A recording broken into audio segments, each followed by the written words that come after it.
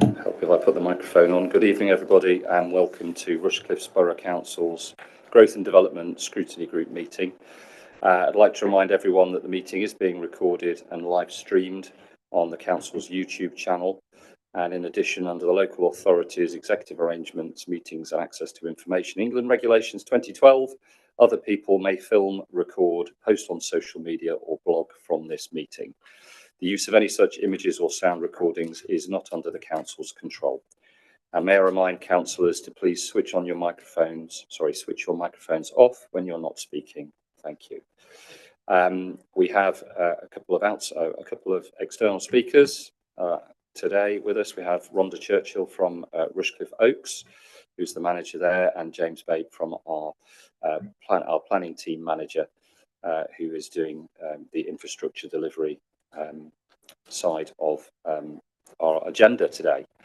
So without further ado, if I move to the first item on our agenda, which is apologies for absence, and we have Councillor Sarah Della and Councillor Leslie Way, who has been substituted by Councillor Thomas.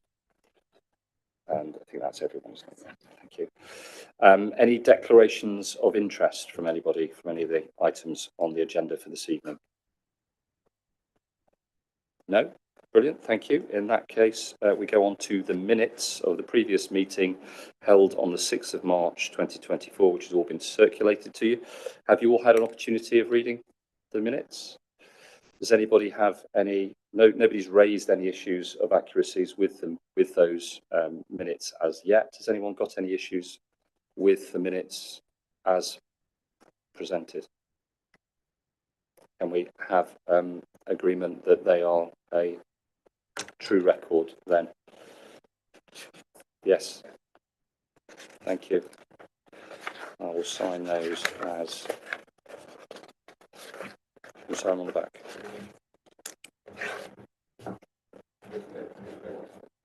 Sorry. Yeah, thanks. Just one small point. And I brought this up at the Strategic Growth Board as well. I know Catherine's aware of it, but I'm just going to make it for the benefit of members here as well.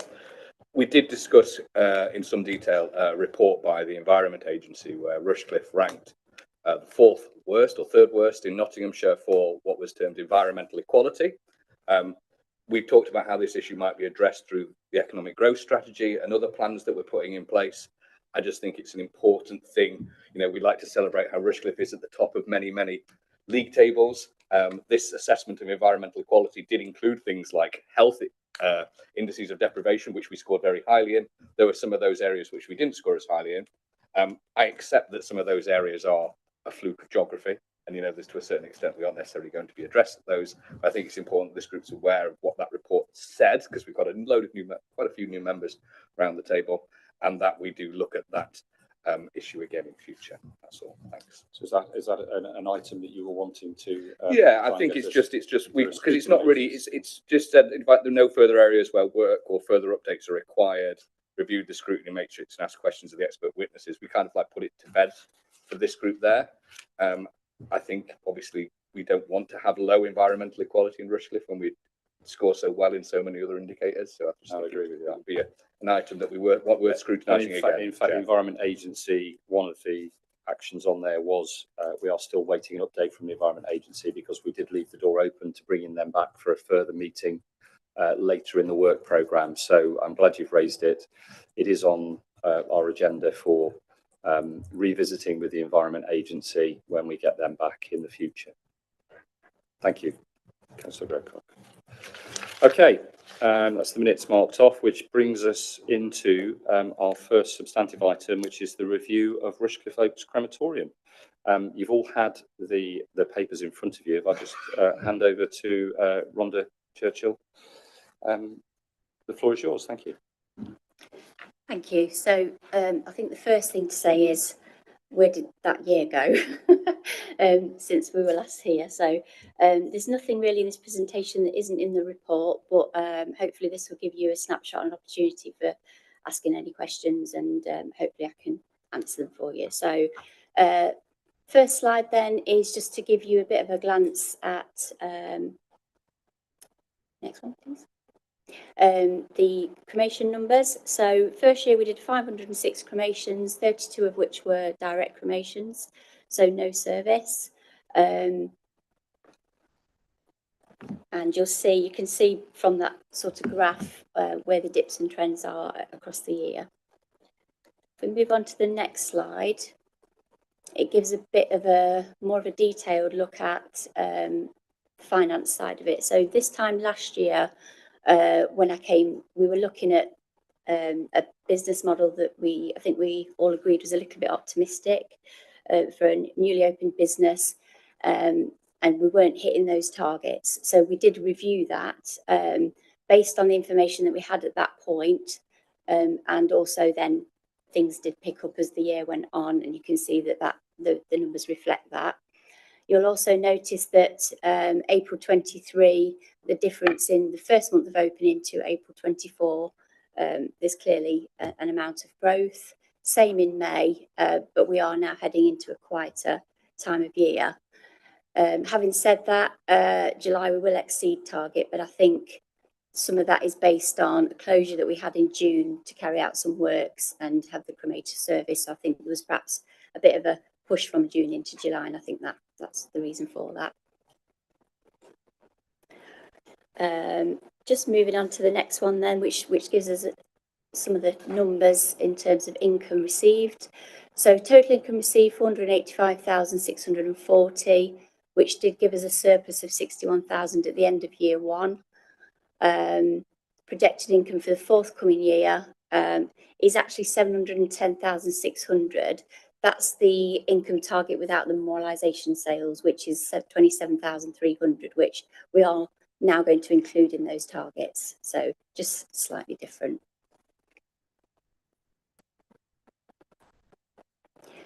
Memorialisation sales in year one, quite slow, but as you would expect, as a newly opened crematorium, firstly, people like to take the time to decide what they want to do with memorialisations. There is only about 4%, according to the Cremation Society statistics, of people that have a memorialisation or bring their ashes back to site. That's nationally. But we are starting to see, now that year's passed, people are starting to come now and look at what we offer. So we haven't sold a lot in year one, but I expect that target to be exceeded in year two. We've also now, because of the groundworks we've had done, been able to open the bottom third of the site, which has been quite restricting. Now, fingers crossed, the drainage work is sorted. We'll probably need to get through a winter to know exactly if that has worked as we hoped. But we can now open that whole bottom third up, and that bottom third is where we're looking at having the more natural area, so the wildflower meadow and things like that, which people have been asking about. So the hope is that now we can open that up, we'll get some more memorialisation sales in that area. So these are just a few snapshots of some of the services that we've had, and families have allowed us to use those pictures. The bottom middle one is just a little image of something that we can offer. And after the first year of opening, I went to see all of the funeral directors that use us the most, and to get feedback on what we're doing, and hoping that we're doing things right, but learning from things that we're not doing right, so that we can keep improving. And the feedback was outstanding. So couldn't really ask for more than that. One funeral director, which was Gills in Newark, just said, I don't think we need you to come for a meeting, because we're just going to sit there and blow smoke up your. So didn't need to go to that one. But they said, yeah, it was absolutely outstanding. And that they couldn't think of any improvements. AW Lim, who are one of our biggest customers and are what we would probably consider one of the premium funeral directors locally, their comments were that they see us on a par with them in terms of the service that we offer. Very professional, very welcoming, and completely see us as one team, which is what we're trying to achieve. So for us, the funeral directors, the celebrants, and anybody that is part of a service, we're just one team trying to make that service perfect for every single family. one of our selling points, which I'll come on to a little bit more later on, but something that AWL picked up on was the fact that we very rarely say no to any requests. So a lot of crematoriums say, no, we can't do that, no, we can't do that. We will say yes or yes, but. And the only reason we would ever say no is if there's a safety concern. So I think we only did one yes, but, and that was a Chinese family that wanted to have lots and lots of incense sticks in the hall, which would have caused the fire alarms to go off. So the but was, no, but you can do it outside. So we've got a sliding door. So we found an alternative way of doing it. So for us, that's quite a big selling point. Obviously, bottom left there, you'll see Maisie, who is our comfort dog.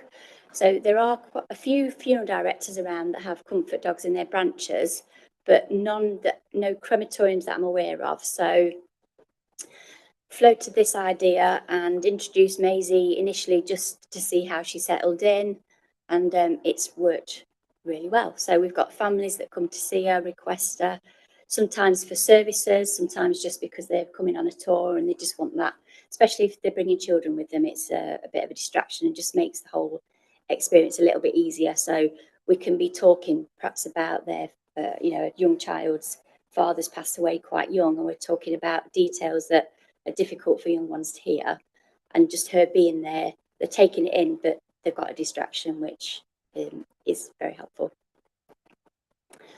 Obviously, we welcome all faiths, and we welcome all different types of funerals. So, haven't got the picture up there, but a couple of weeks back we had a Scania lorry bringing the coffin with about 4 or 5 of them all parked up the car park as well. So that was quite nice to see. So yeah, it's quite interesting to see all the different ways that people like to do things, and it's certainly uplifting when they come with a celebration of life rather than something a bit more somber. So we've had people rock and rolling out and all sorts, which is lovely to see.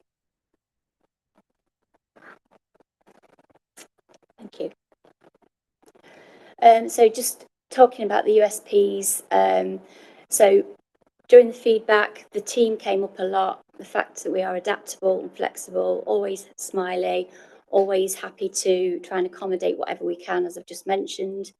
Our service times, every single funeral director that went to see went, please don't change your service time. So we've got an hour and a quarter between each service, which in comparison to the crematoriums is quite generous.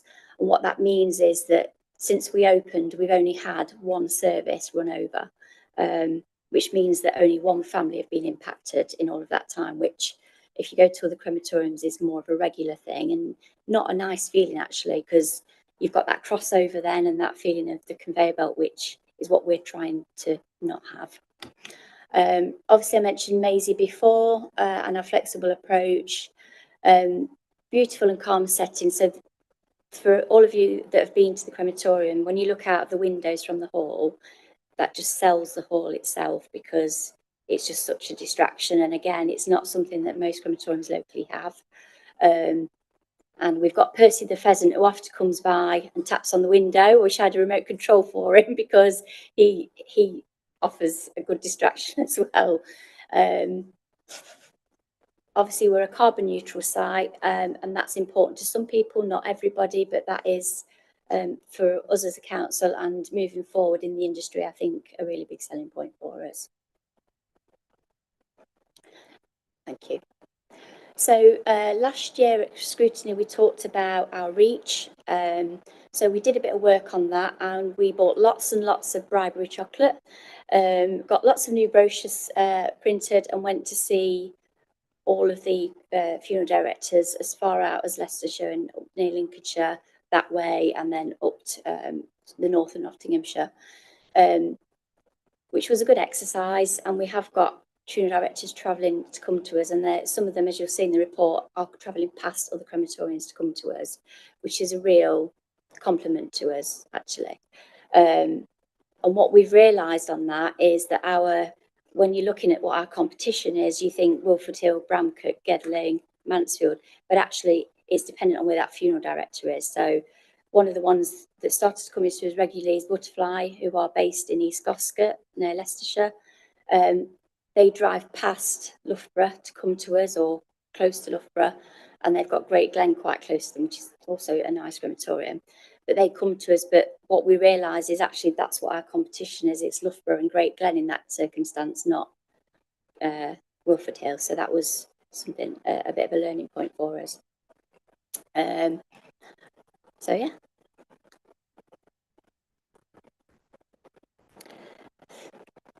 So just in terms of the marketing that we've done over the past year, so we have done things like placing adverts in the hospital bereavement brochures, which we are actually the only crematorium in those brochures.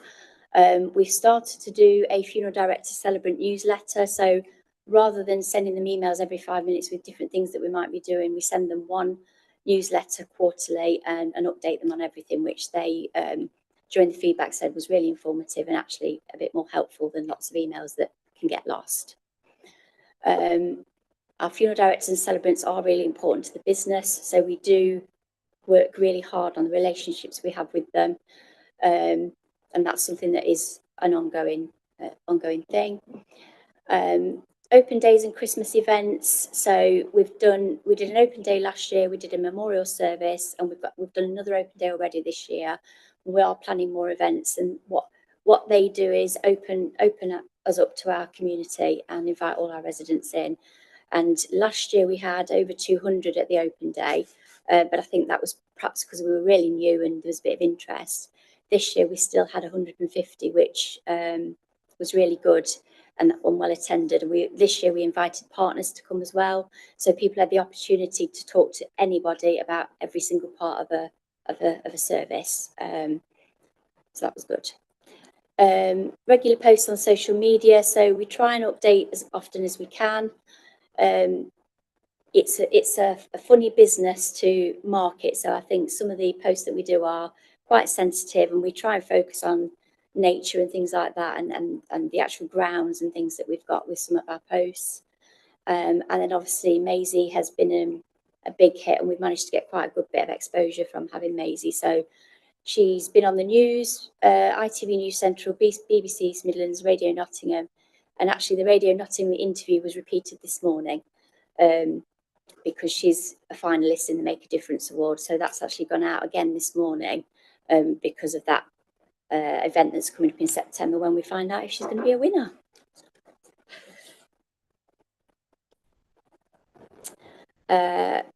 So we recently had a delegation. Oh, wrong slide. Hang on, got mine the wrong way around. No, keep going. It's fine. I'll do it that way around. So these are just a few images from the open day and Christmas. So yeah, there's not really much more to say, and that was just show you a few snapshots. So next steps. So carry on. We need to build resilience within the team, because we are a very small team. So there's only 4 of us. If one of us is on holiday, that means only 3, which means if we're busy, that's a stretch. So what we've done is we've trained our groundsmen up to be able to cremate. And we've also got one of the BSU team learning how to do the office side of things. So we've got a little bit of backup in those times when we need it. Again, I've already mentioned the relationships with funeral directors. We want to start attending appropriate events in villages. So when I say appropriate, we don't want to go to certain things that might be for children or whatever. But if there's a community event with lots of different things going on, we might be able to tag on. And in terms of the marketing side of it, what I'd like to try and do is rather than putting out a dry post with where our crematorium comes to us for your funeral, is use the success of Maisie by doing different ways of marketing. So maybe working with a partner, or maybe doing something with a charity or something, so that actually we're going, look what we've done. We are Rushcliffe Crematorium, and look what we've done. And that just puts us out there without actually going down that road of we're a funeral business. And I think that just lightens what we're trying to do. So now we've had the groundworks completed, we're hoping to have some beehives on site. So I've had Knott's Bee Society or Association to do a couple of surveys for us. So we're going to start with 1 beehive and see how that goes, and that just helps enhance the biodiversity on the site. We have offered the venue out to various partners. So the NAFD is the National Association for Funeral Directors. So if we can get them in for a meeting, that brings lots of funeral directors to us who will see our venue, and that could lead to business in the future. Similarly, we've offered it to Obitus, who are our media supplier, who do training events with funeral directors, and that, again, gets funeral directors through the door, see what we've got to offer, and again, hopefully will enhance the business. We want to try and learn a little bit more about all the faiths that come to us. So my colleague Claire recently attended an event at a Hindu temple and learned listened to a talk from the priest and learned about the Hindu culture. I think it's really important that we get an understanding of what their beliefs are and how we can accommodate their needs. And again, we're just continually looking at different memorialisation options and what we can offer. One thing that's come up a few times is tree memorialisation, but because of the soggy site, it's not something that we could offer. So what I'm hoping to do over the next few months, I think we still need to just let the ground settle and see how it works, and then see if that's something that we can add in. Obviously, reviewing the fees goes without saying. We'll be benchmarking again before the new set of fees come up next year, and anything else we can think of. So that's kind of the next steps up there. I'm sure there's more that I've forgotten to put on that list, but but that's in a nutshell the first year at Rushcliffe. Thank you. Very comprehensive report as well. Before I open up for questions, just one quick question from me, and that was just on the financial side of things, which was I see it was really nice to see that actually made a profit last year in the first year, and you project an extra £200,000 of growth. How much of that £200,000 of growth will transpire into profit for the for Rushcliffe Oaks? So I think it's £200,000. So it's the yeah, that's the full amount. So the income projection for this year represents, based on the income that we achieved in year one, it's £200,000 more than we achieved in year one. Is the point of that? Yeah. So the question was that's £200,000 of income growth, but doesn't translate necessarily to £200,000 of profit, does it? Or does it? No, not necessarily. We'd need to look at what the costs were for this year to work out what the profit was. But yes, most of that would be profit. Yeah. Thank you. Councillor Grocott, who's itching to ask a question, just to sort of build on your point, Chair. Yes, I saw that it said 61k's worth of profit, which was great. Obviously, we didn't achieve the income targets month on month, but we did start to achieve them, and then it exceeded them in some places, and we're pretty much where we need to be now from what we can see over the last few months. But we all probably didn't achieve the gross income target, therefore, but we did achieve profit still. We still achieve our profit target because we didn't spend as much, presumably. That's how we managed to achieve our profit target, because if you don't achieve your gross income target, then therefore your expenditure must be lower in order to get your 61k profit.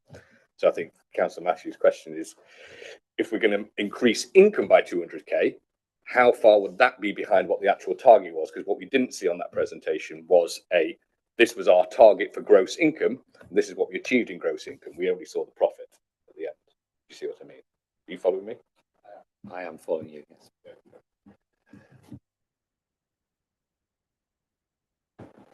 Just in case, I'm not sure I am following you, so I'm just going to, just for clarity. So I think what you're saying is the profit after everything has been paid out of what's coming in.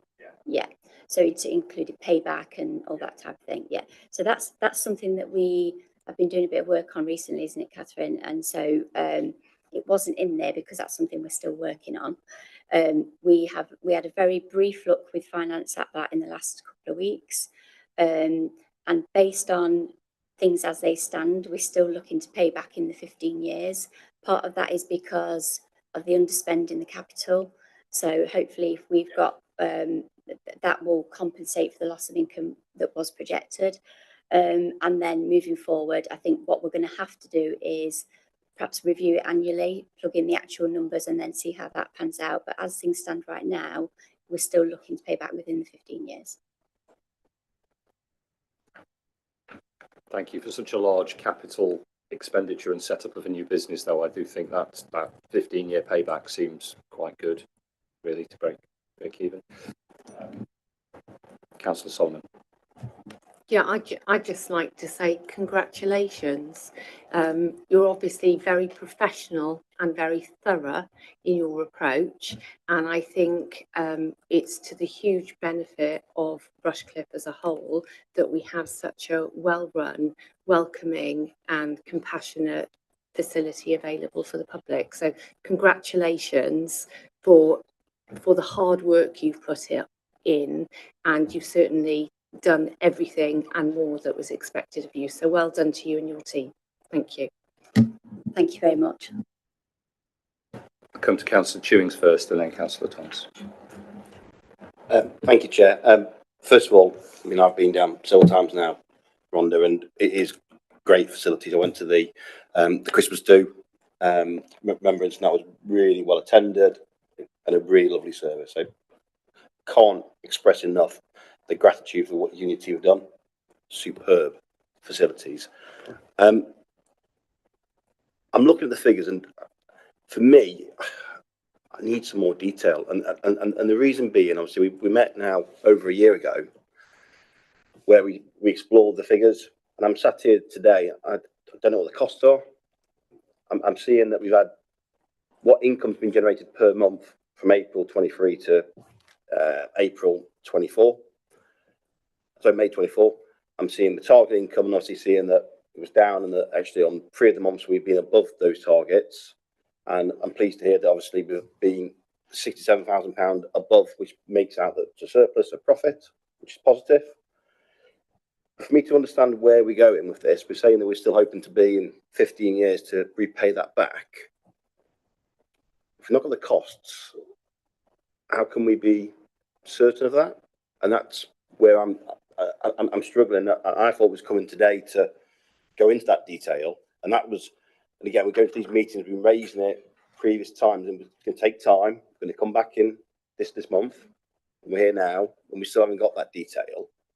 And just some headlines from me, and I'm just looking at through this, and I refer back to the original cabinet paper that went forward back in 9th of October 2018. Delve back into that, and we can see that a lot of the work in the forecast was done by Mercia Crematorium Limited, and they did that forecast. They did a forecast of there being a need of 1,000 cremations per annum, and obviously in the report that's come forward in this report, it said that obviously deaths are lower than expected due to COVID, and obviously the high levels of death in there. But then when I look at the ONS website, I can see that 2018 for Rushcliffe there was 1,097 deaths. 2019 1,095. 2020 went up to 1,129. 2021 1,169. 2022 1,140, and then 2023 1,233. So actually, last year there was more deaths than pre-COVID levels. Then we look at the statistics of how many people have cremated, and the national average at this moment in time was last year was 83.36% of deaths. It's cremations, which then equates to, for Rushcliffe, 1,027. And the point being, we've already got a crematorium at Wilford Hill, which we haven't obviously, that capacity is to be shared out. So where I'm struggling is the business case. And I think there's a scrutiny group, and this is what we're looking at, and which we were talking about last time.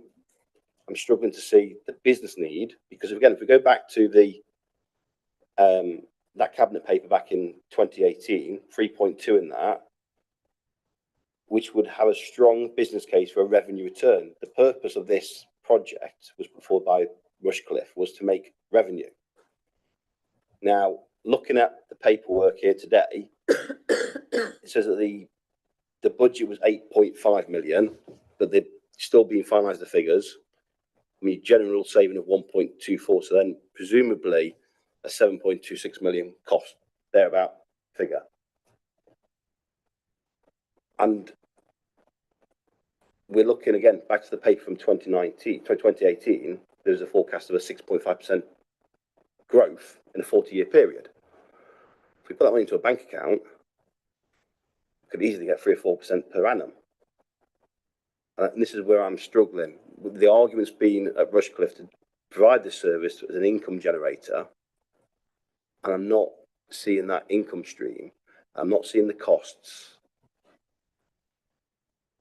And it's a concern for me, to be honest with you.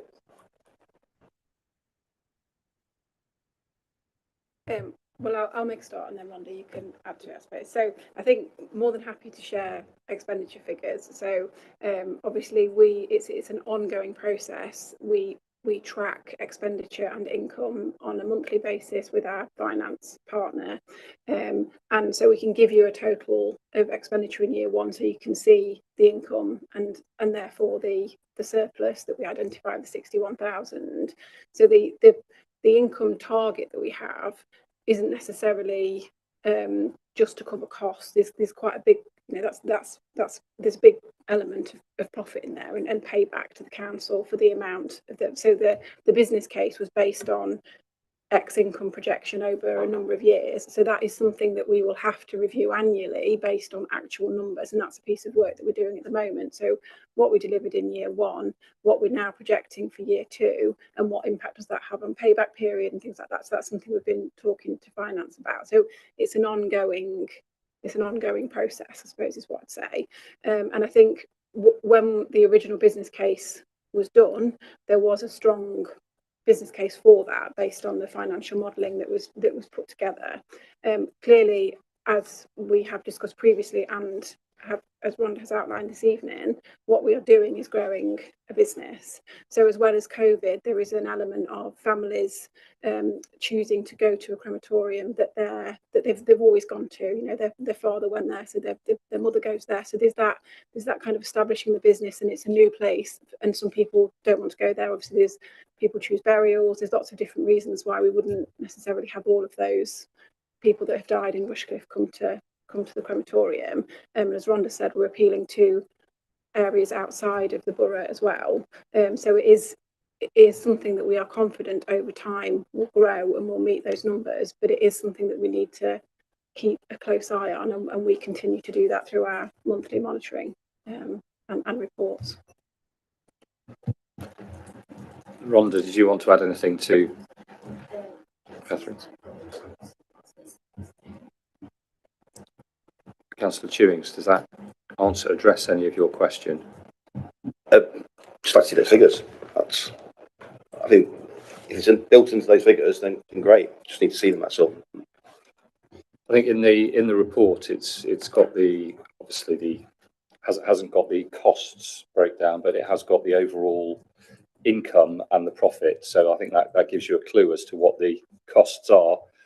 Because I think it says 485,000 roughly, approximately, in terms of income, of which is generated 61,000. So I think that we can assume that the costs for the year one were roughly £420,000, and they're projecting the growth of £200,000 on top of that for this year.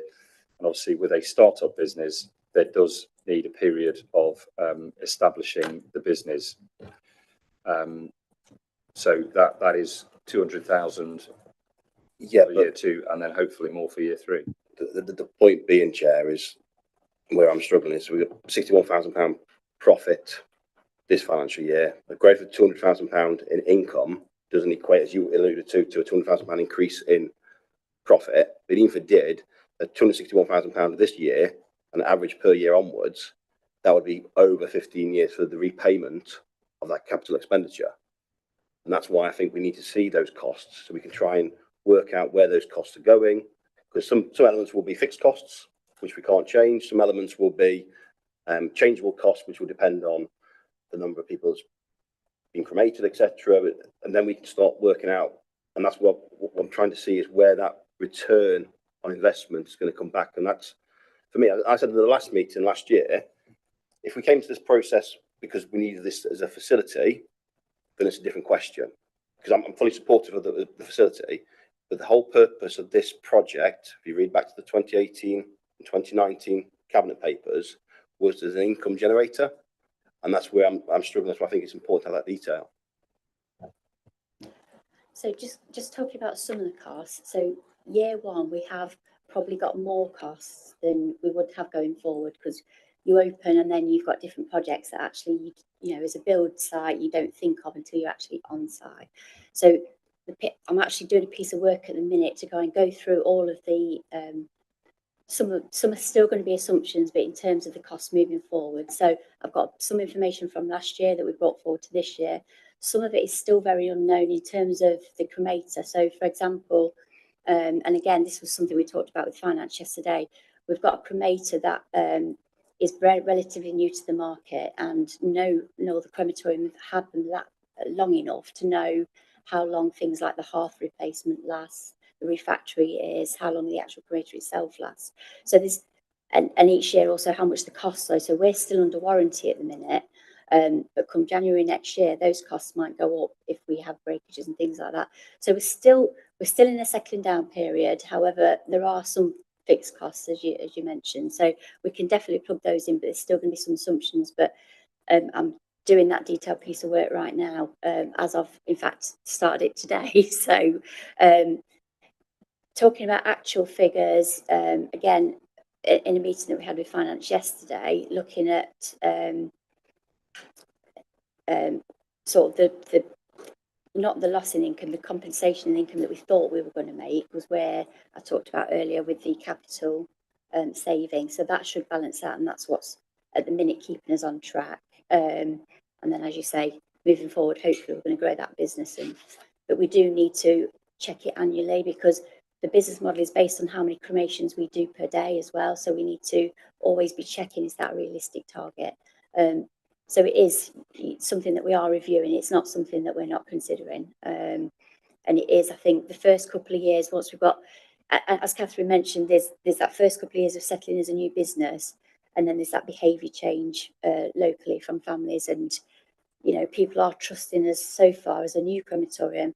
Hopefully, once they've been to us, we'll start to benefit from that family link moving forward.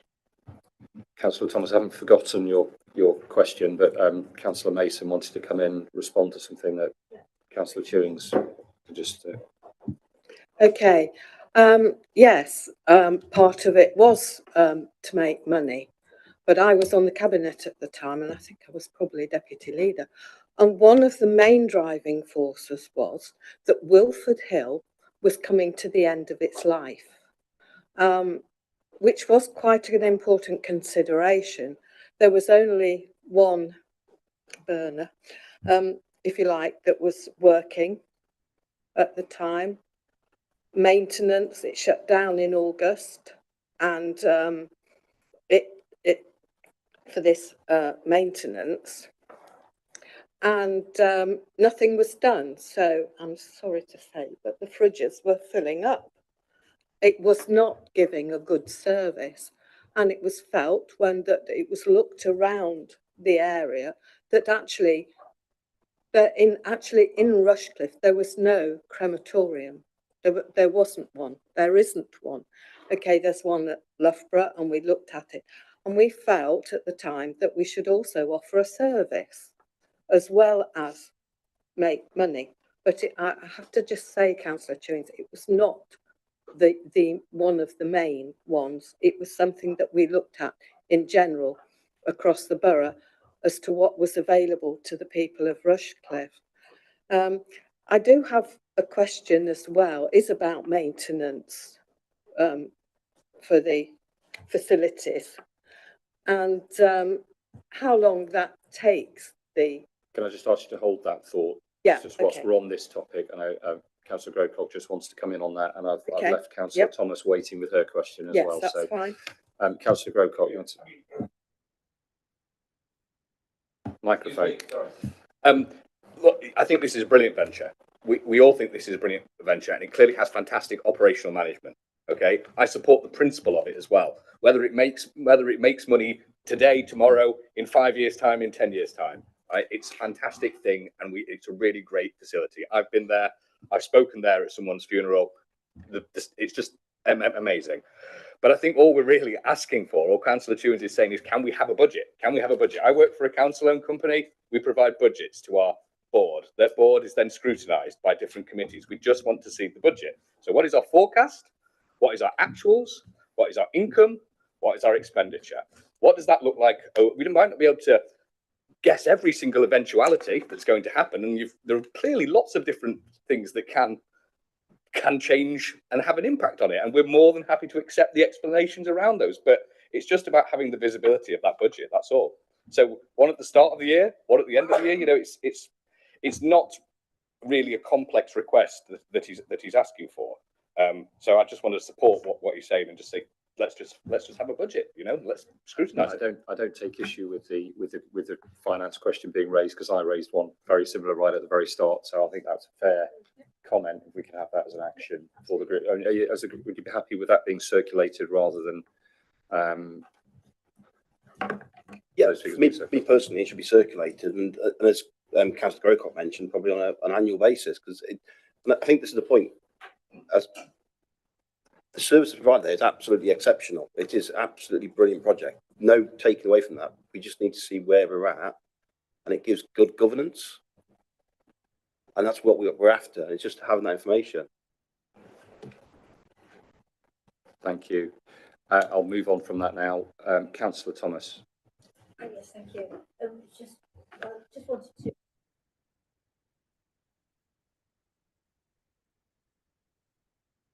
That one, yeah. Just like to repeat the congratulations and thanks more than anything else. Get quite a lot of comments from people. People tend to say it's wonderful, and we get comments like, "Did you know there's a new crematorium?" I went there for a funeral the other day. It's really wonderful. And I go, "Yeah, I did actually." You know, so yeah, it is really well appreciated. I was on the project for the construction, and I think one of the things we remember asking about then was we were getting quite a lot of information about capital budgets, and I was asking about a revenue budget, and I think that's what's being asked for tonight, really. So you can see, oh yeah, the electricity costs went up that month or whatever, so you know, that year, and get that information. And I think that's fair enough, really. And I agree with everybody that said it's not just about revenue, it's about facility and to support our residents, really. So well done. That's all I want to say. Thank you. Thank you. Councillor Mason, for your maintenance question. Yes, the other question was, and I just wanted to have it on record that part of it was that it had been looked at and what was happening at Wilford Hill. But one of the things is about maintenance. And does the facility have to close during that maintenance? And when do you do it? And when is it planned to be done? So we've just had our first major service. Sorry. So we've just had our first major service. Now, usually we would just need to close for 2.5 to 3 days max, and that's to make sure the cremator is completely cooled, the service takes place, and then it needs time to heat back up. This year we did close for a bit longer than that because we've coordinated everything else that needed to be done at the same time. So the groundworks were a major thing that we needed to get done, but usually it'd be 2.5 to 3 days maximum. Can I just come back on that? That does seem quite quick, and it's obviously a lot newer and a lot more up to date than others in the area, which means that it's not off the books for so long. So congratulations on that. One of the other things was, and by the way, I do support about looking at some more of the finances, because it's in these early years when we really have to get a grip on that, and the money side, and that it is working and working correctly. I do think that's important. The other thing is, can I just ask, you know, the green roof, how's that going? Is it growing? Is it working? Is it okay? And being... Yeah, I mean, it looks after itself. So if you're up on sort of the bridle path, you can see it, but you can actually see a bit of growth over the top now. But yeah, but it shouldn't grow too high anyway. It's supposed to stay at a certain level. but yeah, it just self-maintains. So unless it gets really, really hot, we'd probably need to go up and water it. But other than that, the rainfall is saved to then water it when it's needed.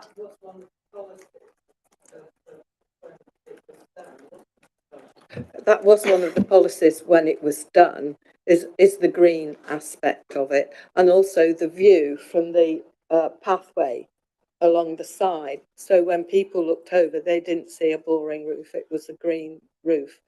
And I would be interested to see how, in the accounts, how that has all helped with the panels, with the solar panels, and that if there was some sort of you know, idea of what that helps and how it saves expenditure, really, just to make sure that the right thing was done when all that happened. Okay. Yeah, thank you. So just on that, I can't remember the exact kilowatt, but we did do a calculation over the first year because the PV was supposed to take the base load of the building, and when that was done, we had a little bit of an issue because they'd fitted it the wrong way round, so it was doing it a minus. So the figures weren't brilliant to start off with, but it did come out that it does look like the base load of the building was covered, which is a saving, but it's the cremator that isn't covered that is the most expensive. And you know, we're talking between £6,000–7,000 a month electric bill for that. But that also depends how busy we are. So the cremator, unlike gas, it's more energy efficient to, if you've only got one service, you would hold that over and cremate in one day. For us, it's more energy efficient to cremate every day if you can, because while we're cremating, the elements aren't coming on to keep it heated up. So that's how that works. But it's still expensive too with the electric bill. I realise it is sometimes a difficult subject to talk about that, but I do think it's important. A lot of people, when they come to the open days, want to know exactly all of that information. It's, you know, what I've found since we've been open is people want to know nothing about it, or they want to know everything about it. And we're more than happy to go through all of that because that's part of what we are. We're open and transparent, and this is what our facility is. It's an environmentally conscious facility, and we can give you the information that helps you, then that's what we'll do. I do think it's, you know, quite a good selling point is the green aspect of it and how efficient it is. I realise efficient is a bit of a difficult word to put in brochures, but it is true. It is. Thank you. The slide that was missing up there was actually, we recently had a visit from a delegation from Korea, from the Korean government, and I think one of the reasons that they chose our crematorium was because of our green credentials. So that took place a couple of weeks back. So we had 34 from the Health and Ministry of Welfare in Korea to learn about our technologies and our concept and our grounds and everything that we offer. So I think that is a selling point, and it definitely invited them to come over. Yeah, I've got Councillor Perek, then Councillor Walker, and then I'll come back to you, Councillor Jones.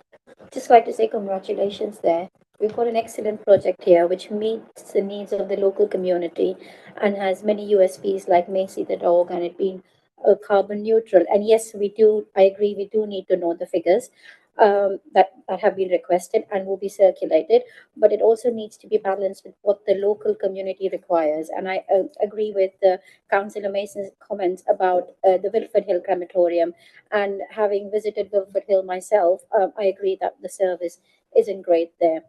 The question I had is, could you elaborate on how you're catering to the needs of diverse and faith communities? And you've given us an example today of how you visited the Hindu temple, but I wanted to get some more details about what else have you done to cater to especially the faith communities, and has consideration been given to temporary shrines, or do we already have something in the crematorium? So we engaged with the Hindu and the Sikh community before we opened to learn about the process and how that all works. And what we found is every faith has a slightly different way of doing. Every family has a slightly different version of what their service might look like. We are a secular facility. However, we've got the arm and the kanda and the grass and all the signs that we need to put out, the symbols that we need to put out for a service. We've got the Lord Shiva, and so if we have a Hindu service, we have all that already there. But families often like to bring things with them as well. And you know, things like so one Hindu family might do a pot smashing, whereas another one might not. So it's just, we're trying to learn everything, but what we've realised is that one Hindu family might do something different to another. It's the same with Christian faith and Catholic faith. They've all got different versions of what their faith means. So we're trying to learn sort of the detail of it, but also trying to be flexible with some families. One family they had recently it was almost a hybrid Hindu and English service, because you know the person that passed away was Hindu, but the wife wasn't. So it was very much almost a mashup of what both of their beliefs were. So we just try and bend and adapt to whatever people want. You know, we allow various things, like I mentioned earlier, we had a traditional Chinese service that had lots of different elements to it. So that was, you know, an open coffin, the burning of things, incense sticks, and then the witness of the charge, which is basically watching the coffin go into the cremator. One thing that's unique for us with people that want to witness the charge is we have a remote control. So families can actually press the coffin to go in themselves, which seems to be quite important to them. So, but yeah, but we're still learning. Thank you very much. Thank you. Councillor Walker. Thank you, Chair. Just briefly, add my thanks and congratulations for jobs. Lots of good work done over the year. I'd like to make a couple of small points. One of the statistics which took my attention is at paragraph 315 of the report about 4% of families choosing memorializations at the crematoria where the service took place, which, you know, of course means that 96% don't. So I wonder how sensible it is putting too much time, energy and resource into that, given that you're fishing in a relatively small pool, and particularly in light of the growth for what we might call non-traditional means of memoria that people use these days. So perhaps that's an area for you to, you know, think about how accessing, whilst recognizing that from a commercial standpoint, it's difficult for you to be in too much direct competition with funeral directors for which the memorial is a significant source of income for them. So recognize there's a bit of a tightrope there. And the other thing that I was going to suggest in relation to next steps, I don't know, have you been attending many? I know there's various trade shows, exhibitions within the industry. Is that something that you've been engaging with? So just on your first point regarding the memorialisation, so we do feel like we offer. We did a lot of work up front on that during the sort of the build stage. So we've got quite a good choice of offer in terms of plaques and interments and things like that in the ground. So it's not something we're spending lots and lots of time on. However, we do want to respond to feedback. So things like the tree memorialisation is something that we've been asked for quite a few times. So I'm not sure how what that looks like yet. There's a variety. Different opinions across the industry on whether that works or not, but that's a piece of work I would like to do just because it's something that's been asked for. You're right in terms of funeral directors and the way that they capitalise on having the family in front of them first. So we haven't really done a lot of sort of the ashes into glass and things like that, because that's where they will just take most of the custom. But what we do offer that they don't is interment of ashes, scattering of ashes, and then people like to place plaques and things like that. So we already do offer quite a good choice, but we don't want to just stagnate. We want to listen to what people are asking for and try and build on that. So that was the first point. What was the second point? I've forgotten. Trade shows, yes. So I did go to a couple pre-opening, but since we've opened, going back to the resilience, usually when these shows are on, we've got somebody on holiday or we just literally can't get to them. So I have actually got a 3-day ICCM booked for September. That now we've got the resilience built in. I know I should be able to attend. We do attend all of the online APSI and ICCM conferences with shared learning.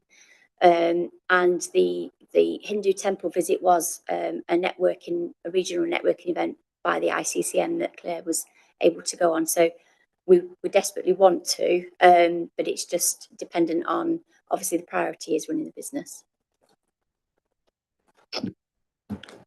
Councillor Chewings, come back to you. Thank you. Just quickly, going back to the cremator, you mentioned obviously how you have to run it differently to gas. You mentioned it over a period of days. So can you just talk us through, you turn it on, do you keep it then on for a number of days constantly, or do we turn it off at night time? Never turn it off, it never goes off. Right. So basically, when we finish, sorry. So the cremator is never switched off. Again, unlike gas, it stays on. And the way it's built is it keeps the heat in. So we'll set it to preheat for whatever time we need it to preheat for, and it will stop at a certain temperature. And then as soon as it starts to drop below that, the elements will come on to heat it up. If we've got a cremation that's, how to delicately put this, I'm not going to put it actually, I'm just, so when we're cremating, when we've got that combustion in the chamber, obviously that elevates the temperature, and that's why the elements aren't on, and it makes it more cost effective. So what we try and do is when we take the remains out, keep that heat in as much as we can, get the next one in, and then at night when we switch it off, it's the same sort of thing. Take the remains out, get the door shut, and try and keep the temperature in there so that it's held for as long as possible before the elements need to come on and warm it back up, because that's where the bill kicks in. So it's like having your central heating on constant.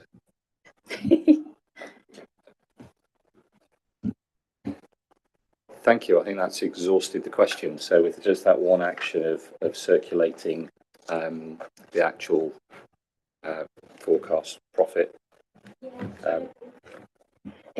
Just something I didn't think of. I mean, we've got I've got it in front of me, the numbers for the budget going forward for this year. Again, there's lots of assumptions in there and a bit of work to do on it, but apologies for that, because it's just something I didn't actually just think to put in the report, and it could have been quite a simple thing, really. Thank you. If we just have that circulated for the group, then I think that actually. Do you want that circulated now, or once I've done the piece of work that will hopefully refine it a bit? If you want to do the refining, that would probably be better. That might save some supplementary questions. Yeah. And then hopefully we can release the scrutiny matrix at that point once the group is satisfied. Does that satisfy your question? Yeah. Yes. Brilliant. Okay. Brilliant. Thank you very much for your time in the presentation.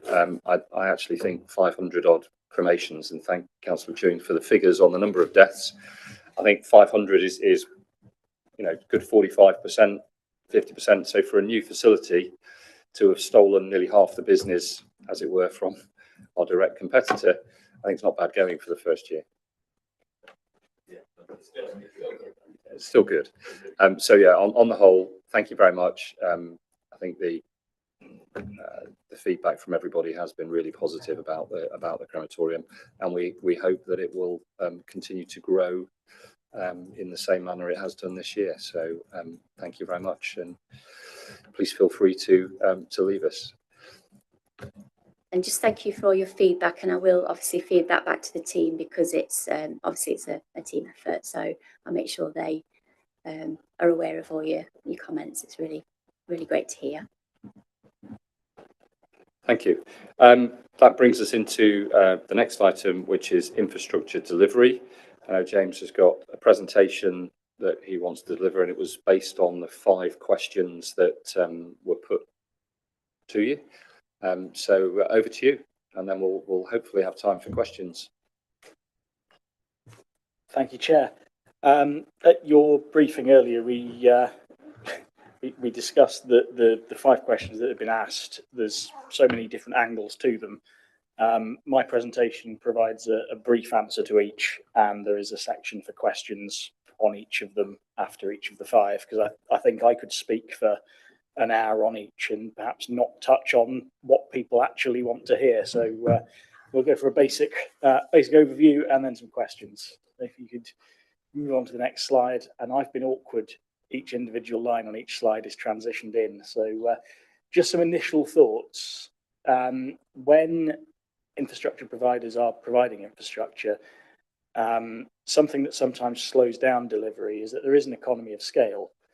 So some providers will be looking at gathering money from multiple developments and using it in one efficient hit to deliver a large chunk of infrastructure. That means you have to wait until you've got all the money in, but it means you can get a more efficient delivery, and you might be able to get more than if you spent the money piecemeal. These are some points that might come up in questions later, so I just want to set them out to begin with. So if we just go on to the next line. One thing to consider in terms of sometimes it looks like we're sat on a large amount of money is that the individual pots of Section 106 funding in particular, you should view them almost as if you're trying to teach a child to manage money. We have pots of money that are perhaps for classroom extension at a particular school. And if we've collected 3 out of 4 instalments on that, clearly we don't have all the money for the county to build that classroom extension. Perversely, we have lots of money for other things that might be in similar situations where we've collected 3/4 of the money for a medical centre and 3/4 of the money for some highways improvements. But all of those pots are strictly separate. So it's a bit like if you're trying to teach your child, you've got 20p for sweets this week and you've got 50p for comics. No, you can't buy that 70p comic, even though you've technically got enough money. We're in that same position. We can't dip into other pots to jump ahead of things, which is again why sometimes it looks like we've got a lot of money on hand. It's because we've got 90% of everything, but nothing that we can move forward with. Next. And just in terms of what our role is, so we identify infrastructure need, and that is by asking infrastructure providers, this development, does it create capacity issues? And if so, what would you need to address those? We then try and secure funding to meet those needs. And then finally, we collect the money that we've secured through those legal agreements and make it available to the infrastructure providers. Sometimes that is us for things like sports and leisure, county for school and highways improvements, the NHS for medical centre improvements, and so on. So that was just some initial thoughts. The first question was all about infrastructure triggers within developments, what those triggers are, and what measures are in place to track and enforce developers to deliver infrastructure that was agreed. So if we just move through the sections on this slide. So CIL and Section 106 are slightly different. Under the Community Infrastructure Levy, all the triggers are always the same, and they're set out in our instalments policy. So they come in 3 levels. So depending on how much CIL a development is delivering, you get different instalment triggers. So we just go on to the next section. So very small developments, these tend to be sort of 1 to 5 houses that 50k is probably going to be 1 to 3 houses, and domestic extensions, things of that nature. Anything that triggers less than £50,000 of CIL liability has to be paid within 90 days of commencement. So if you start digging your foundations, you've then got 90 days to pay. The next category is 50,000 up to 250,000, and that has 2 triggers. So you pay your first instalment within 120 days of commencement, and that's a quarter. and then you pay the rest either within 300 days or upon completion, whichever is the earlier of those. And then finally, larger developments where the contribution is more than 250,000, they get 4 quarter payments, one at 120 days, and then 210, 390, and 570. Effectively, all of those triggers are time-based triggers. So in terms of monitoring them, it's really easy. You can put dates in diaries and calendars once development commences, and you know when each of those triggers is going to be reached. So SIL monitoring in terms of infrastructure triggers is very easy. 106, on the other hand, is slightly different. If we just go on to the next slide. So the way that we monitor completion, because a lot of those triggers are either time-based or on completion. Completion we monitor through council tax. So every month and a half, so 9 times, no, not 9 times a year, 4 times a year. No, I'm struggling with the maths. 8, thank you. We ask council tax for each of our developments that we know are coming forward, how many properties are now registered as paying council tax. There's a slight lag in that because completion is not occupation, it's when the house is materially complete. But occupation through council tax records is the best we can do to easily monitor that. So that lets us know where occupations are and therefore where completions are on developments. Beyond that, we also have information. So that's the only trigger point that isn't a time-based one for SIL. We do monitor completion a couple of other ways. So our planning policy team annually do audits of developments where they look at particularly affordable housing completions, but as part of that, they get a feel for how many properties on the development are constructed. But that's only done once a year. So the council tax check just allows us to have a bit more of a frequent check on where things are with developments. The next slide then looks at the 106 side of things. So triggers on 106 is when infrastructure and payments are due. They are bespoke negotiated for each development. The negotiations normally depend on how much money we're asking for across the various triggers and how that money being paid affects viability. So very often a developer will need to have reached a point where they have started to see a return on their investment on site to be able to pay some of the larger financial contributions. So it isn't practical to say we need all of the money for everything up front. So you will tend to have on larger developments instalments. There will be some things that make sense to bring forward earlier. So if you've got a very large site that creates a requirement for a new school, you would want that money relatively early so that you can build the school before all the houses are built. But other things like bus service contributions, having that money too early, if there isn't enough occupied dwellings on the site, it might be that no amount of money makes a bus service viable. You need people before you can have a bus service to serve them. So different triggers will fall at different points. Any sort of on-site junction improvements or things like that tend to need to be secured early or first. So if it is junction improvements at the access to the site, that will normally be before first occupation. So all the triggers are different. Some of them will be based on occupations. So sort of before 20% of the dwellings are occupied, pay a contribution. And again, that's monitored through our council tax records and interrogating their data. The triggers are rarely time-based, so you very rarely get a 106 that says there is a trigger a year after commencement. Where there are time-based triggers, they tend to be the anniversaries of non-time-based triggers. So you might have a contribution that says pay the first instalment at 20% occupation, and then on the first, second, and third anniversary of that event. So where there are time-based triggers, we can monitor those in the same way as SIL. They get diarised. The monitoring software we use basically does an alert when you go into the software to say you are 20 days out from a date-based trigger, and that allows us to remind developers that that's upcoming, remind them of what the contribution due is. Unlike SIL, Section 106 agreements can secure works in kind. So community infrastructure levy is purely financial payments.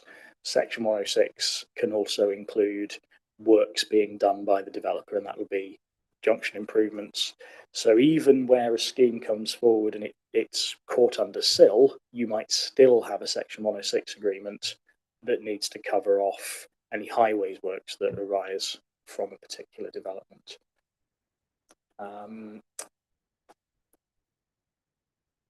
Some of that will be directed to facilitate the development. So junction improvements, you cannot safely access the site unless an off-site junction improvement is done. And some works are to offset impacts on services and infrastructure. So the capacity issue of building this many houses means the local school, the local medical centre, the local library will have capacity issues. And it's to offset that demand or to meet the needs of that additional demand. So I think there's just one more slide on this one. So on Section 106, most triggers relate to occupations. They're monitored through council tax data, annual monitoring through planning policy.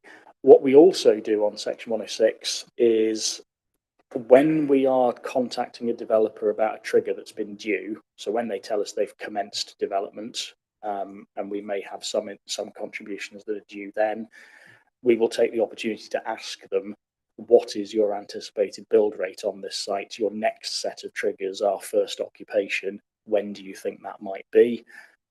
We appreciate that the market fluctuates and those plans will change, but at least it gives us an idea that we expect to hear from them about that next set of instalment contributions in 6 or 8 months' time. And if we haven't heard from them, maybe we need to contact them and say, have you completed your first dwelling? Have you reached that next trigger? If not, now when do you think that might happen? And if you had and you forgot to tell us, then here's what's due next. So on and off-site physical delivery has to be monitored directly. So where there are physical works being undertaken, we have to see whether that is happening or not.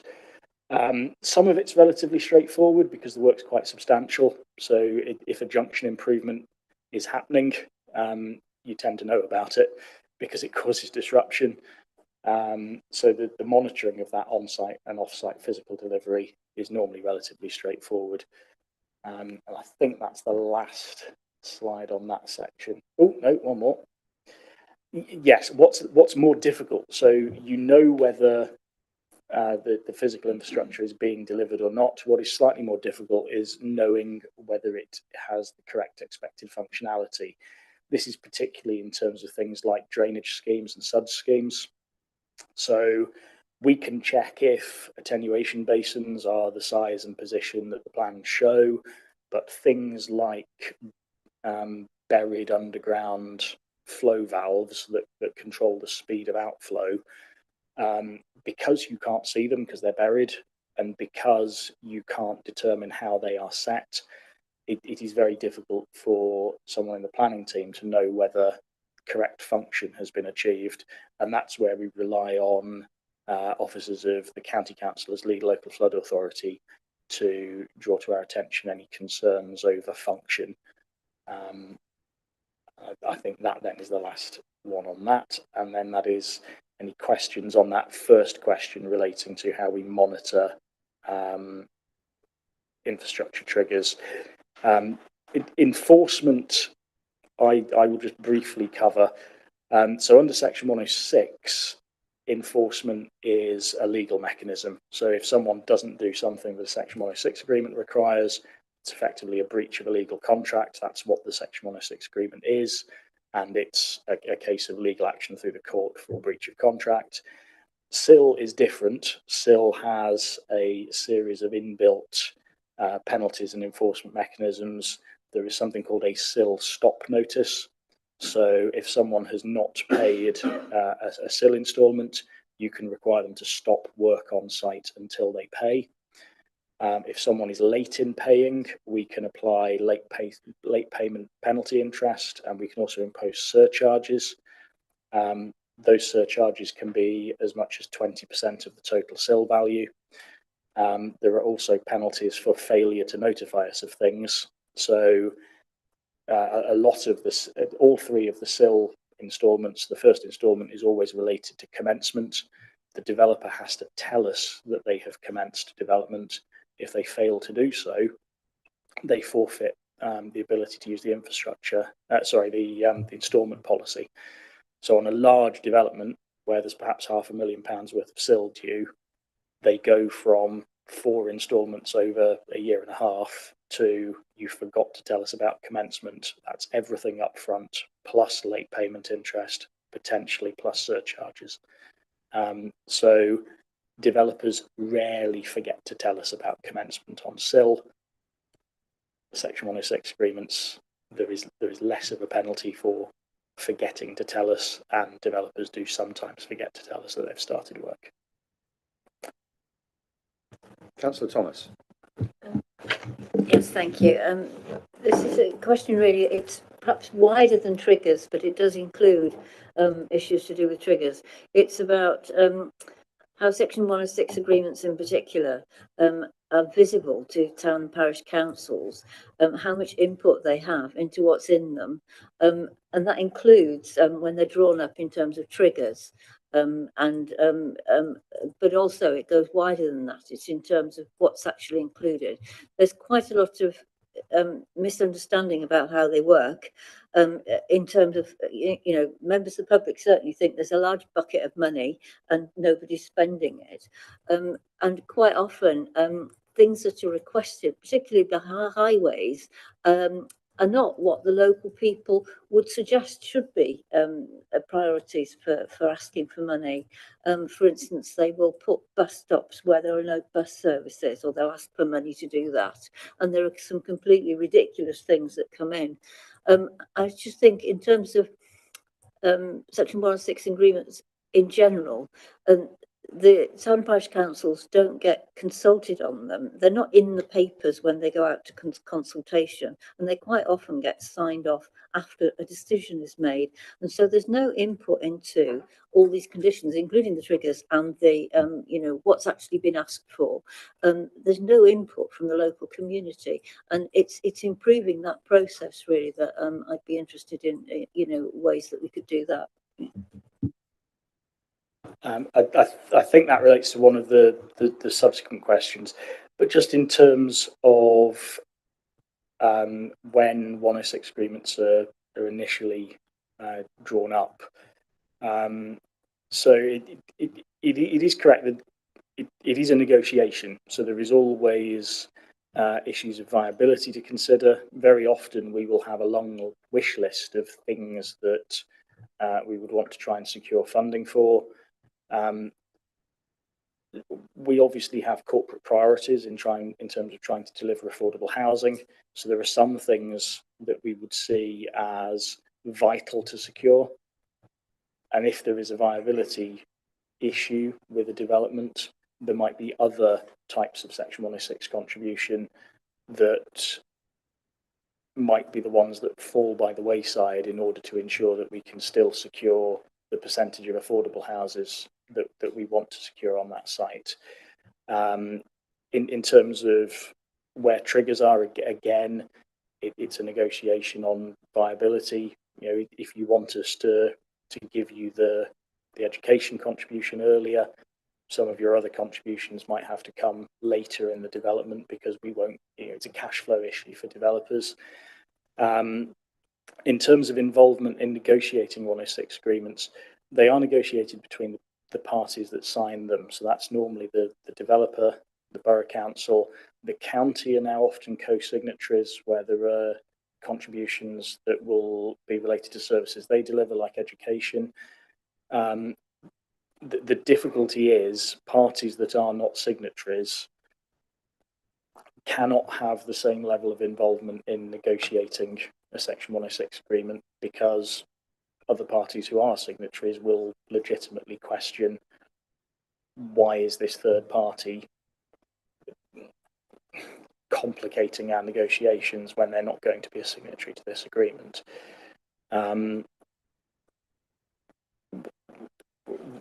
We do, when we consult our applications, the question is there for all consultees as to whether the impacts of the development on facilities that they operate might create capacity issues.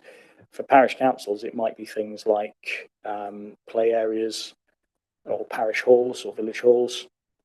And we have had cases in the past where parish councils have asked for contributions to extend a village hall or to improve facilities at a village hall that is already oversubscribed, and a new development is only going to add to that. I'll come back to you in a second, Councillor Thomas. So just, are you sort of, is this question stealing your thunder for question 4? Because this relates to the fourth and fifth, I suppose. So number 4 is how we relate to parish councils and other people, and question 5 is what have we learned from that. And I think it is like Councillor Thomas is saying is that she, and there was a few nods from elsewhere, parish councillors, are they informed of 106 and SIL money that's coming in, even if they're not necessarily a signatory? So when money is collected, we notify the infrastructure provider that would be likely to deliver that. So when we collect education money, we tell the county council, because they are likely to build a school, that money is now with us and they can start looking at making applications to secure that money. We would tell the county about sustainable transport contributions that have been received. We would tell the NHS about medical centre contributions that have been received, and where we've received contributions for community centres, play areas, we would tell town and parish councils that the money is available now, and now's the time to make submissions to have the money allocated to a project. Councillor Thomas, does that answer your questions? You've got supplementary. Not really. I don't think parishes understand what the process is. They certainly don't seem to understand that when you get consulted on something, that is the time to ask for something that the that the parish council wants. And there's nothing in the letter that says that. This is an application that will be subject to a Section 106 agreement. You don't ever get to see this thing because it doesn't get published until afterwards. There's no chance to input to it, and there's nobody tells you when you're consulted initially that this is the time when you need to ask for something, and then you don't get a chance to comment on the fact that they're putting it. That highways have asked for a bus stop somewhere where there's no bus services, or they've asked for play facilities on site, when what the parish may need is money for place facilities in a central location. And some of this is requested by Rushcliffe departments and on behalf of the local playing fields and so on behalf of the locality, but there's no awareness that that's what has to happen. This is my experience. It may be different everywhere else, but I don't think so. And there's no opportunity to input really. And it's opening up that whole process so that people understand what Section 106 agreement is, what's in it, what you've got to ask for, and when you've got to ask for it, which is right at the beginning. And people don't know that. They just think there's a pot of money that you can't get your hands on, which is true. I think we'll take that as a learning point for number 5. On number 5, Councillor Chewings, and I've got Councillor Grocott afterwards. Thank you, Chair. It's a continuation from Councillor Thomas. I hear what you're saying with regards to negotiations that's between the borough, the county, the developers. Fully agree with that. But it's about that education piece, about when and what influences the parish can have or town councils can have. And for me, we've got a date set of the 11th of October for the annual town and parish conference. Maybe this could be a subject matter for that. Maybe some more inputs to the town councils and parish councils and when they should be putting the input in. So I think that's a way forward we could look at. Further to this, there's the other end of the stick as well. We're not just where we're not going to ask what the parish and towns want. the things being imposed. So I know my own ward in Cotgrave, all of a sudden signs went up around about going in the oldest part of the village at the cross, and there was a big uproar, and it transpired it was part of a planning condition and section 106 agreement for development in Cotgrave. It's been paused and the work's been done now. That's probably not going to happen, but it's created work for the borough. It's created costs and work for the developers, where if there's been proper dialogue about what was being looked at, it would have probably been stopped before that agreement was even reached. So I think there's also benefits to all parties. Let's not get the parishes and town council involved in negotiations. That would be unrealistic. But they are the people that are on the streets, they know the local area, and they can have an input without being too burdensome. So I think that's something that needs to be looked at. Thank you. Councillor Greycock. Yeah.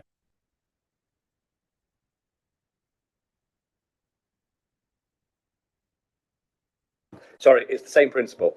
And I know we were going to discuss it number 5, but I do have an example actually of where I wasn't involved because I wasn't a parish councillor at the time of the negotiation, but we did have specific allocations to a pavilion and a playing field within Aslockton and Watton in my ward. I don't know how they were actually negotiated at or arrived at, or what the role of the parishes or the trust that manages the playing field was within those, but it did occur.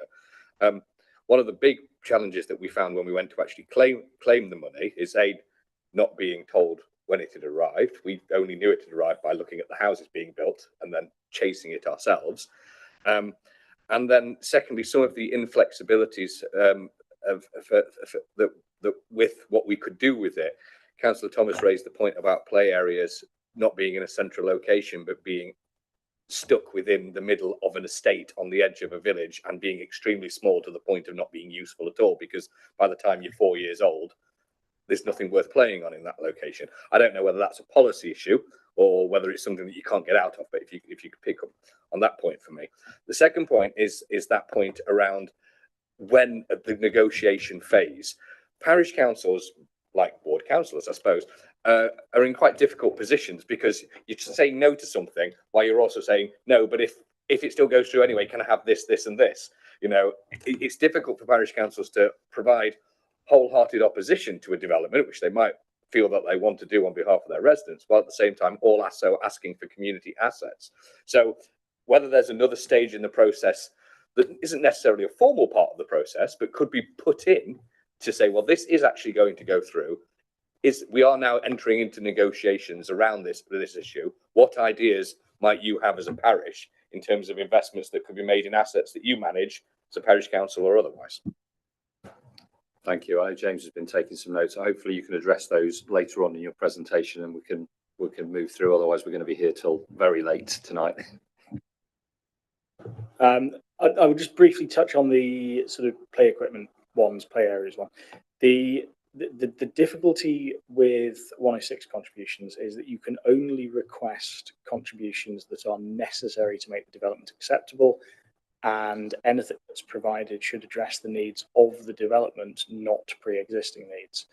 So if a developer says, I don't need to pay you a play area contribution for a play area somewhere else in the village because I'm going to provide a play area on my site that meets the needs of the residents of my development, there's no arguing with that. We can't request the contribution.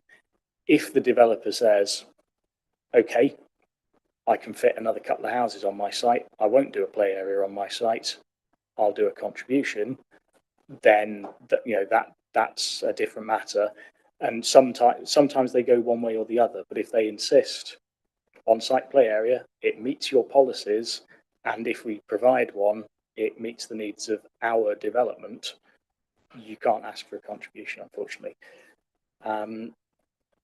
Some of the other ones we'll perhaps circle back round to on some of the later questions. If you just go ahead to the next slide. Councillor Perez just had something she wanted to come in on that. Yeah, you mentioned about the developer. If the developer comes to you and says that he's building a play field and it's serving the needs of the residents, and then you can't negotiate that and you can't enforce that he needs to build, say, a playing field or a park in the ward where it's required most. I accept that. But don't we have a say, or could we have a say, that if they are building that playfield or a park, then what exactly is going in there? Because I have been in Edwalton, there have been a lot of new developments, and developers are building not very fit for purpose parks. Like children can use it up to the age of 4 or 5. There is nothing for youth, there's nothing for older kids. What's the purpose of that park? Is tokenistic. That's the point I'm making. It's quite tokenistic. So whilst we can't and tell the developer that, okay, if this is the site you're choosing, you need to make it there, fine, we accept that. What influence can we have as councillors, as a borough, to ensure that that facility is fit for purpose?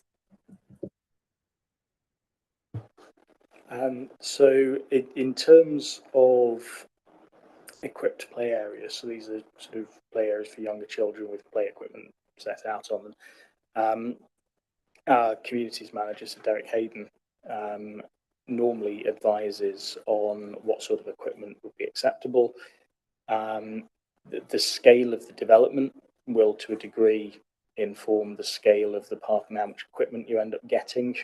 Bigger developments will end up with larger play areas with more equipment. Developments that deliver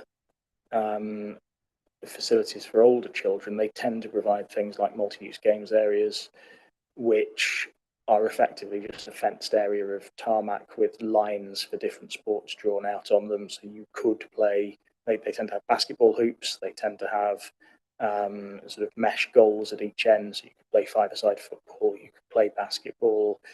They tend to be lined out for tennis as well, but I've never seen one with a net. So I'm not quite sure how you would use them for tennis, but in theory, you could play tennis on them. Those tend to be the facilities that are provided for older children. We often end up with questions about other facilities for older children, whether there should be sort of youth shelters. You tend to get concerns about antisocial behaviour associated with proposals for those, which is, I understand the concerns people have, but it creates a reason not to provide a thing, and then the concern is, well, nothing is being provided. Well, the things that were suggested, there were concerns about. So facilities for older children do tend to be difficult, and they do tend to be well, there's a multi-use games area. Tends to be the normal solution that is offered. Come in. Yeah, if I can just add, and this is certainly not my area, but I know in the next couple of days, Derek Hayden and the communities team will be consulting on a refresh of our play strategy. So that is the document that we use to inform responses to planning. So that's something that will be going out to all residents, obviously to all councillors, and to youth groups and things like that, to get some insight into what the play provision is like at the moment, what the gaps are, what we need to be looking at for the future, particularly things around inclusion and safe space for women and girls and all that kind of thing. So that is a piece of work that's happening at the moment, and that will help also when it's there, town and parish councils respond to planning applications as well, because there'll be that document there that they can use as kind of this is what we should be asking developers for. So that's a piece of work that will be coming your way shortly. Thank you. We've sort of been straying off what we were actually asked to do, I think, in the first place. So I'm quite keen, James, to be able to crack on if that's okay. Okay, thank you. So the second of the questions was about when delivery programmes are delayed, how the council engages and communicates with towns and parishes in particular. So obviously SIL falls by the wayside for this question, because SIL is only ever collecting funds rather than any physical works. In terms of Section 106 agreements, obviously where we're collecting financial contributions, the agreement set out the timescale by which the developer pays the money to the council. Once we've got the money and we've notified the infrastructure provider it's available, there is no timescale then that says the infrastructure provider must come up with proposals, gain planning permission and claim the money within 5 years. There is often a repayment clause. Those tend to be set at 10 years from the final payment of the last instalment on a development. We have never had to pay any money back. We have occasionally had to badger infrastructure providers in the last 6 months to get them to claim the money so that we don't end up having to return it. But we have got systems in place to make sure that we start communicating with people and say, you know, we told you when we collected this money, it's reaching a point where if you don't claim it, you will lose it. What are you going to do? And like I say, we've avoided ever having to return money, so that system does work. In terms of the direct works, that's the only real case where there is a trigger. Because Section 106 agreements are legal agreements, and because the only enforcement mechanism is breach of contract, the difficulty arises where a developer has missed the trigger point at which they are required to do a junction improvement, because a lot of the physical works on developments that get delayed tend to be off-site, and they tend to be highways works. The difficulty is that if they can demonstrate that they have been actively trying to bring that work forward, and for whatever reason their best efforts have not borne fruit on the timescale anticipated, it is very difficult to take legal action for breach of contract when someone can go, but I'm trying. I don't think we've ever had a case where a developer has been clearly not making any effort to bring off-site infrastructure forward.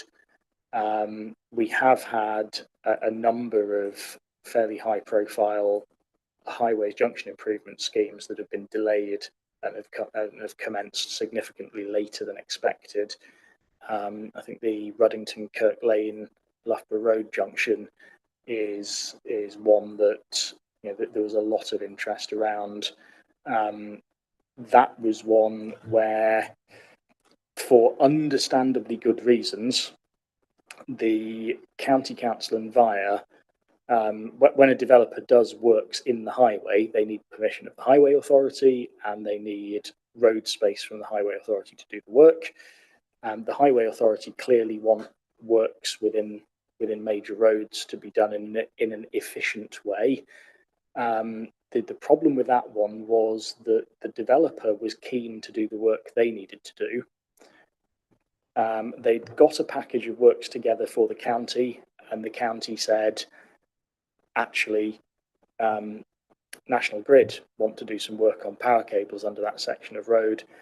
Go away and talk to them and come up with a combined work programme so that we only have to dig the road up once. It made perfect sense. So they went away. They spent more time talking to National Grid, went back to the county, who basically said, oh, Severn Trent have appeared out of the woodwork now. There's a water main under that junction.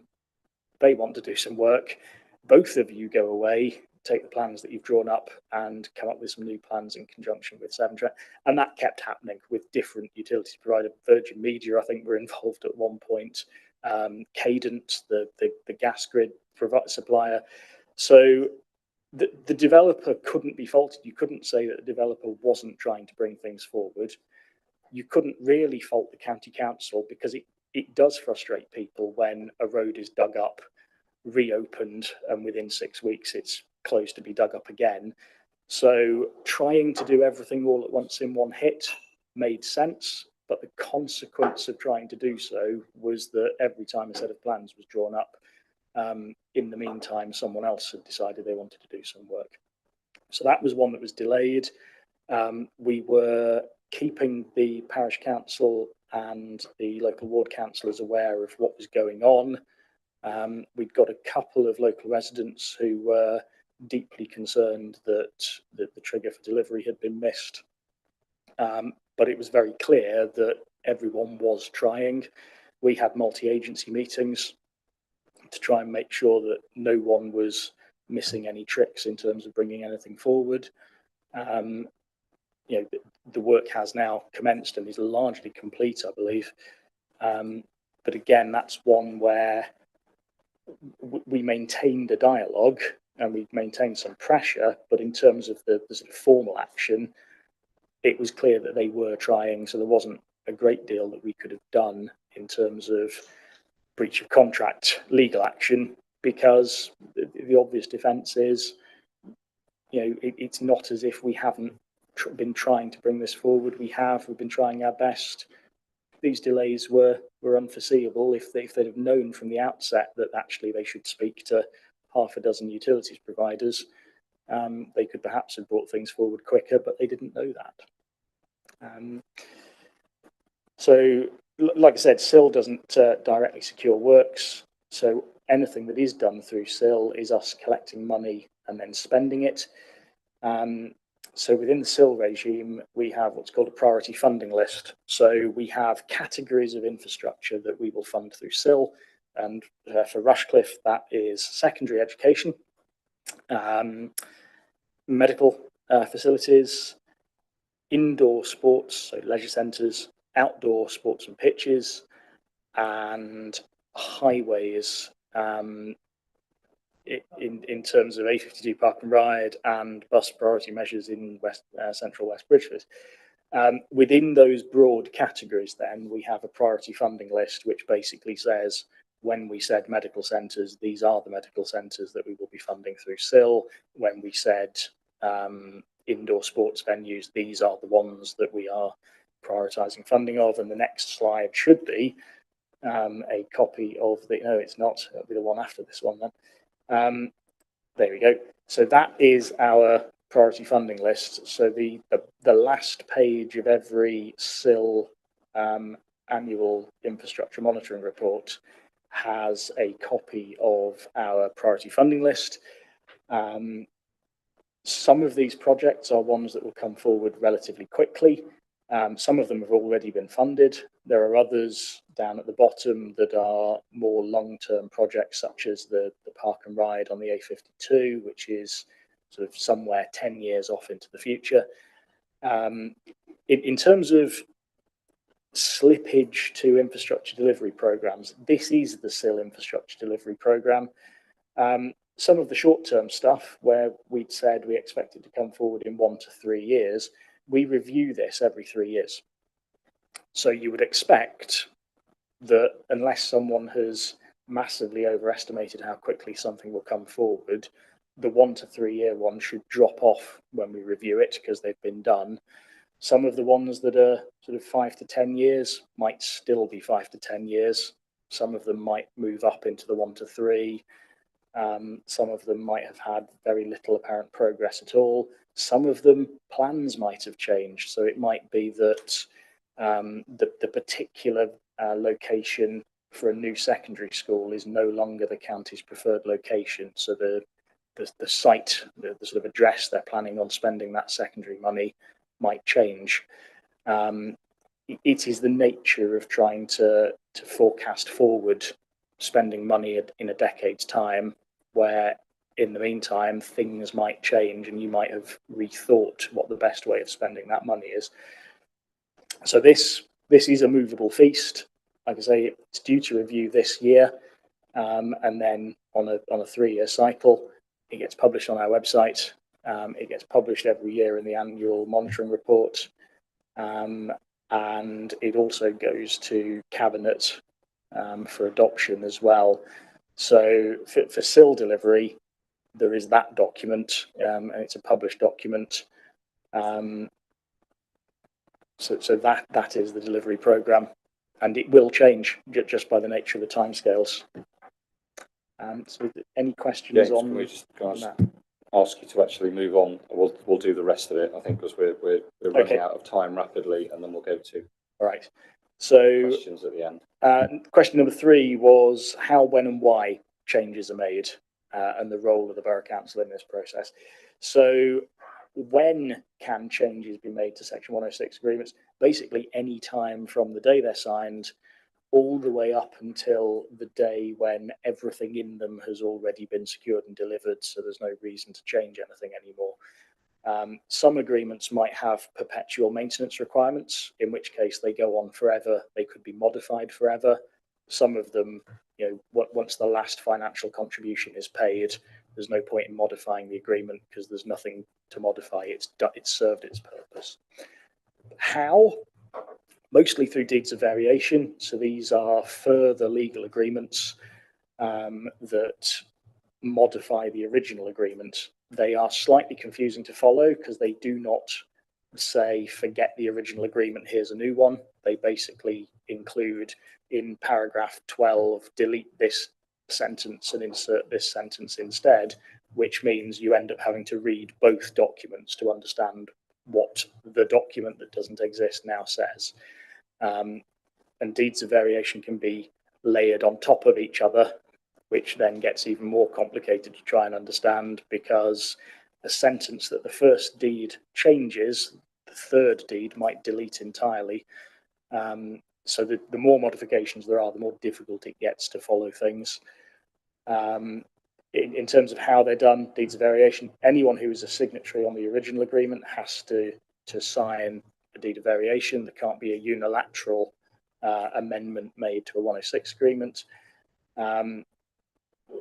No party should unreasonably refuse to consider amendments that are being tabled by the others, but everything does need to be agreed. And it might be that in order to get the amendments that one party wants, the other party might want to revisit some other element while they're there. In terms of why changes are made, there can be all sorts of reasons. Some of them might be driven by changing economic circumstances. So a developer might be coming to us and saying, actually, we're not going to be able to secure as much profit out of this development as we thought. We can no longer afford to pay the contributions we expected, or we can't afford to pay them at the points we thought. We might have to change some of the triggers.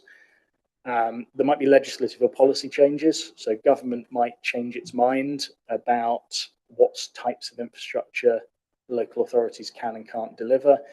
There might be new types of infrastructure that are delivered. So recently we had first homes introduced as a concept.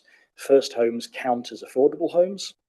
And a developer might say, well, in our 106 agreement, there is a breakdown of affordable housing types, but there's this new one that didn't exist when we signed the agreement. Can we agree a deed of variation so that we can have some of the affordables delivered as first homes?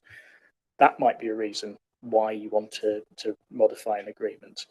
It might be, and it is baffling, it doesn't happen often, but despite the fact that these agreements are pored over by legal representatives of both parties, and you'll have senior directors at house builders reading over them, you'll have our legal team reading over them, you'll have planners reading over them, somehow, sometimes, there's a sentence that doesn't make any sense, or there's a clause that there's more than one way of interpreting it, and you just want to make an amendment to clarify what it meant. Sometimes that needs a deed of variation. Sometimes it's well, look, both parties know what it means, and you can do a memorandum of understanding, which is a more informal thing that just says that sentence. Everyone knows what it means. It means this, even though it might not say that clearly. It shouldn't happen given the number of people who read these things, but sometimes it does. Move on to the next slide. Oh, that shouldn't be doing that. Okay. So again, sometimes the agreements are signed when the first permission is granted. So particularly where a site is brought through under the outline regime, you might get an outline planning permission with a 106 signed. You've got 5 years to submit a reserve matters. You've then got 3 years to commence development on your reserve matters. So you could be 8-10 years from the signing of the agreement by the time money starts coming in, and you might get an infrastructure provider who says, well, actually, that medical centre that we wanted to build, that's not how we do things anymore. We wouldn't want to build a medical centre. It might be that something has changed in the interim, that infrastructure providers either don't want to deliver what they said they wanted to 8 years ago, or it might be that in the interim they've already had to do something else, that other things have happened, changing demographics, different groups of people moving into the area might have created pressure on a medical centre. They've already had to expand, and actually they've got capacity now. They don't need to expand to meet the needs of the development, even though the money's there to enable them to do so. I think we've said we'll carry on. So question 4 was how we engage with communities and stakeholders, including town and parish councils.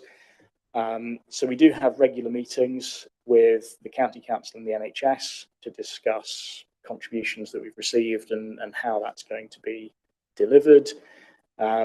Most internal delivery, so most of the things that the Borough Council delivers through financial contributions are related to sport and leisure. Our communities manager, Derek, is incredibly good at knowing what money he's got and how to get his hands on it. We don't have regular meetings with him. We are going to explore having those, but my personal experience of Derek is that he doesn't need someone to tell him what money he's got. He seems to know, and he doesn't seem to have any trouble in making sure he gets it.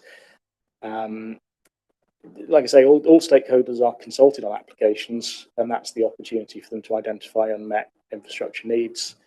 And then once we know what everyone has said they want, we try and secure all of that, but some of that might have to fall by the wayside to make sure we secure the corporate priorities, which basically is affordable housing. When we collect money, we notify the relevant infrastructure provider. So like I say, if it's education money or highways money, that's the county council. And we also notify stakeholders if we know we've got a pot of money that is approaching its repayment date, just to make sure that we don't lose out on money just because people forgot that the deadline was looming. The one thing that's worth mentioning is that we can't force an infrastructure provider to deliver the anticipated infrastructure or to claim the funds. So if an infrastructure provider says, get us the money for a medical centre extension, and 8 years later we say we've got the money and they just never claim it and they don't seem to have any interest, and we remind them that the money is approaching a repayment deadline, we can't say you have to do something with this money. If they no longer need it, if they no longer see the need to expand the facility, we can't make them. We've done our bit. We secured the money and we collected it, and it's available. And I think the final question was lessons learned. Lessons learned is a difficult one. There are some things you can learn, and there are other things that you can be aware of, but you can't really do anything about. So one of the issues in terms of having to amend agreements is purely because things have changed through the passage of time. We can't predict the future, so we can't avoid those situations where agreements have to be amended because things have changed in the interim. All we can really do is be aware that that will happen with the best of efforts, and that when it happens, it's not a failure. It's a reaction to changing circumstances. Like I say, we don't have a crystal ball. We just can't. You can guess at how we will want to deliver things in 10 years' time, but things will move around you, and you need to be prepared to move with them. One thing that we can learn is in relation to off-site infrastructure. In the past, we have occasionally secured some off-site infrastructure through planning conditions and some through what Section 106 agreements. Now, there are pros and cons either way, and you can potentially do both. One of the difficulties with 106 agreements is that you only have one enforcement mechanism, and it is breach of contract legal action. Planning conditions you can enforce in different ways, breach of condition notices, planning enforcement notices, things like that. The difficulty is you cannot serve an enforcement notice on someone requiring them to do work on land that they don't own.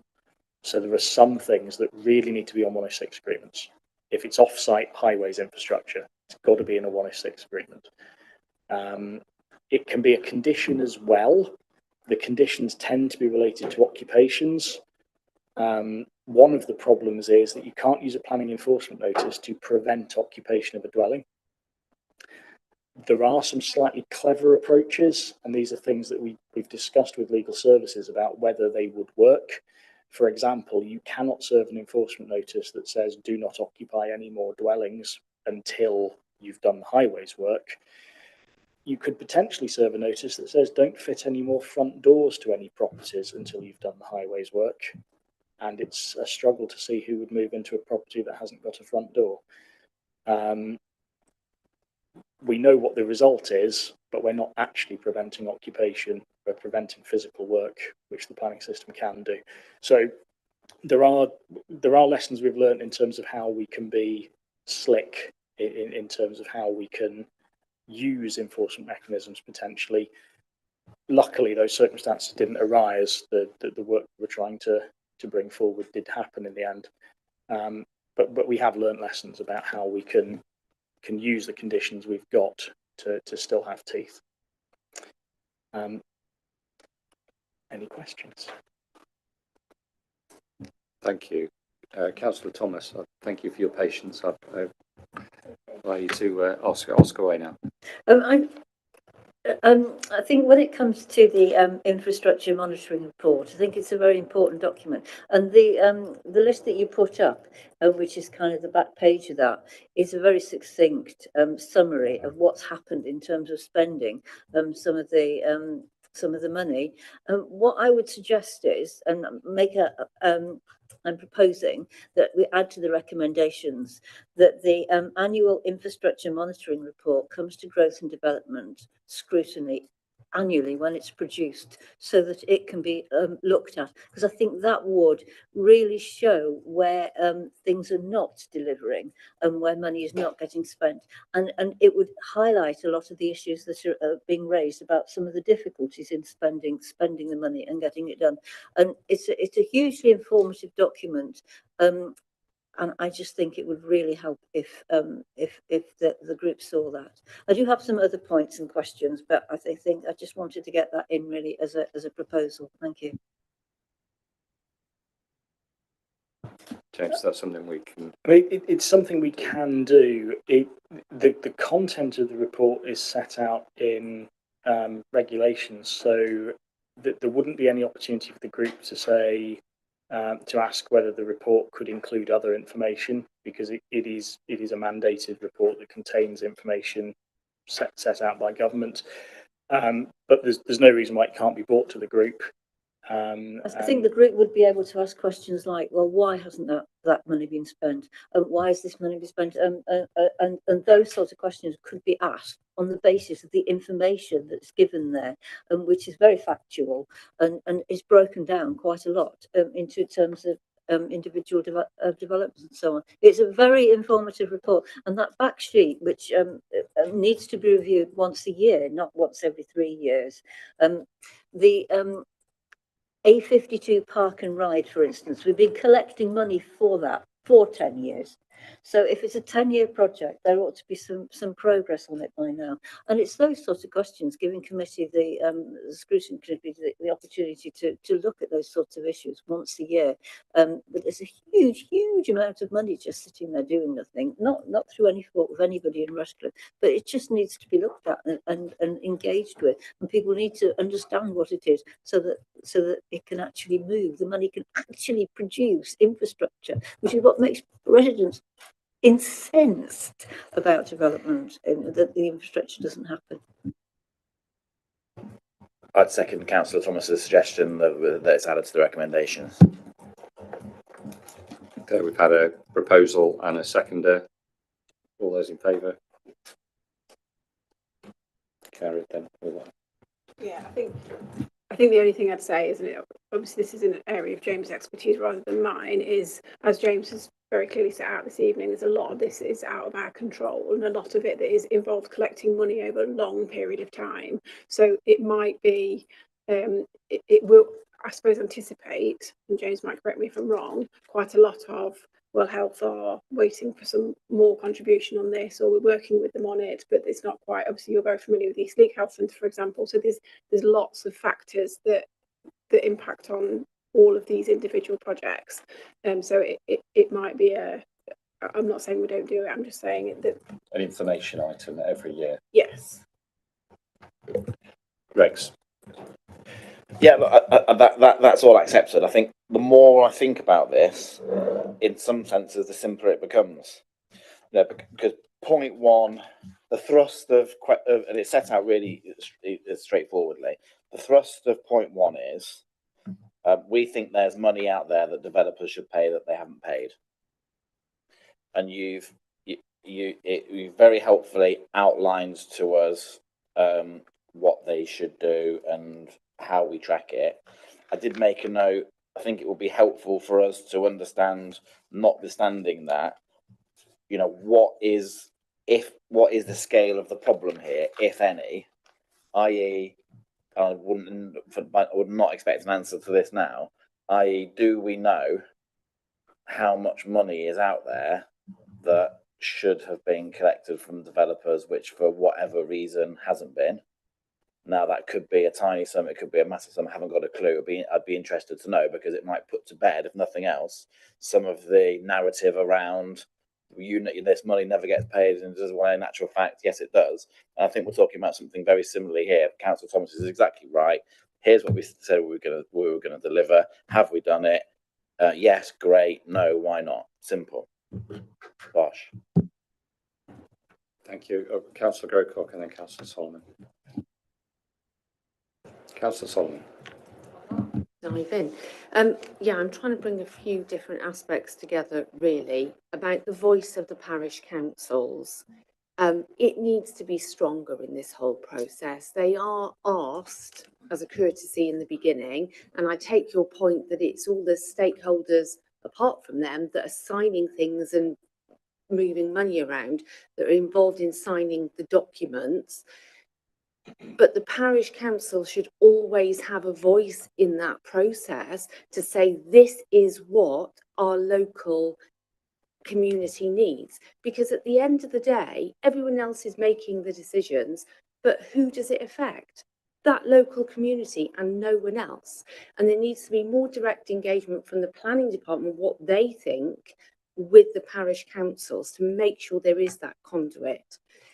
So in Newton, there was a path constructed. The parish council didn't want a great big lump of raised mound shielding that path. Subsequently, no one uses the path because it's dangerous. People feel it's dangerous. They're hidden, and they didn't have that voice, and it wasn't listened to. So the parish council needs to be involved in the discussions all the way through, aware of what is being signed off. That's my recommendation on that. I think if we have this as a recommendation that it comes to this group annually for questions, that would naturally bring that, have you done this, have you done that, into... Fine. There's something else I want to link together, to which relates to these deed of variations.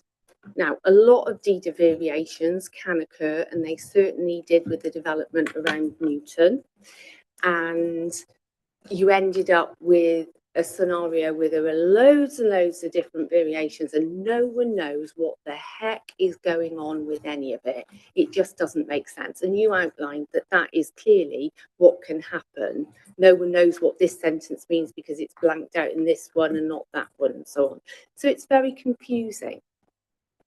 Why can't, after, say, 3 variations, a summary be put together of what the situation is now? And the other point is, all those deeds of variations, the parish council, again, is not consulted at all. So in Newton, we've had umpteen deeds of variations, and an original trigger of 250th house being built from the original developer should have got the village hall built. But in all these deed of variations and the parish council not being consulted, that trigger point has been started again and again and again. And now Redrow have only built 100 houses, but overall there's 250, and their hall should have been built Whereas if the parish council had had the opportunity to at least be aware of what was happening in the deed of variations, they would have known and they would have pointed out that that was being missed or hidden or lost within all the legals that was going on. So my recommendation is that parish council should be made aware of when a deed of variation is being proposed or dealt with or rewritten. So those particular changes were not anything to do with deeds of variation. Any Section 106 agreement is tied to the development that it is signed for. You cannot tie a developer to you pay us money when some other developer on a different site builds houses. It was never the case that the 250 house trigger was a rolling amalgamation between two developments. It was always when Red Row built 250. So very quickly, it's a very different topic than we were supposed to be discussing. But I'll give you some latitude if it's brief. So in that instance, when it changed from one developer to another, was not a financial contribution towards the village hall taken as a we built this many and here's our contribution based on that could then be used and amalgamated with the second lot? They lost out basically. Yeah. So the first developer paid a financial contribution towards the village hall, but it is the second developer, Red Row, who's providing the site. They are also going to build the village hall. They will claim was it David Wilson's 50,000 contribution, and also add their own money in towards building that facility. So the first developer did make a contribution. The second developer is providing the land and building the building. So I think finally, yeah, it should be a separate email to the planning department for that specific one rather than this scrutiny committee. Yeah, sure. I think it comes back to parish councils needing to have more involvement and a bigger voice and knowing a bit more about what's going on. I'll be very brief. I can see you tried to herd us, Chairman. Would it not be, as a bare minimum, and I don't know what about capacity for engaging with every parish council, I agree with all the points that Councillor Solomon's made. Is the work programme, it's a question as much as anything, is the work programme presented and gone through at town and parish forums? You know, and because that would be a collective place to do the lot of it in front of all the parishes, and the relevant parishes that have an item on there could attend that forum. It would encourage more parishes to go to the town and parish forum and see what's going on there. Why is it not presented at our principal collective event for engaging town and parish councils? Why is it not presented there? Is this a question of departments not talking to each other or not having the discussion? It's just an idea. In terms of that work programme, that is for strategic infrastructure. So that is infrastructure that seeks to serve large parts of the borough, not development that really is focused on individual parishes. But I do take the point, and I did make a note of it. I believe it was Councillor Turing who mentioned earlier Town Parish Forum on the 11th of October, and that might be the opportunity to provide a refresh to parishes about how things work, and that's in my book.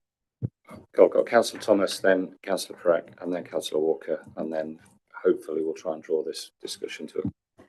Okay, I've got two more suggestions really. One is that the deeds of variation do go through the planning portal as applications, but they don't go out to consultation.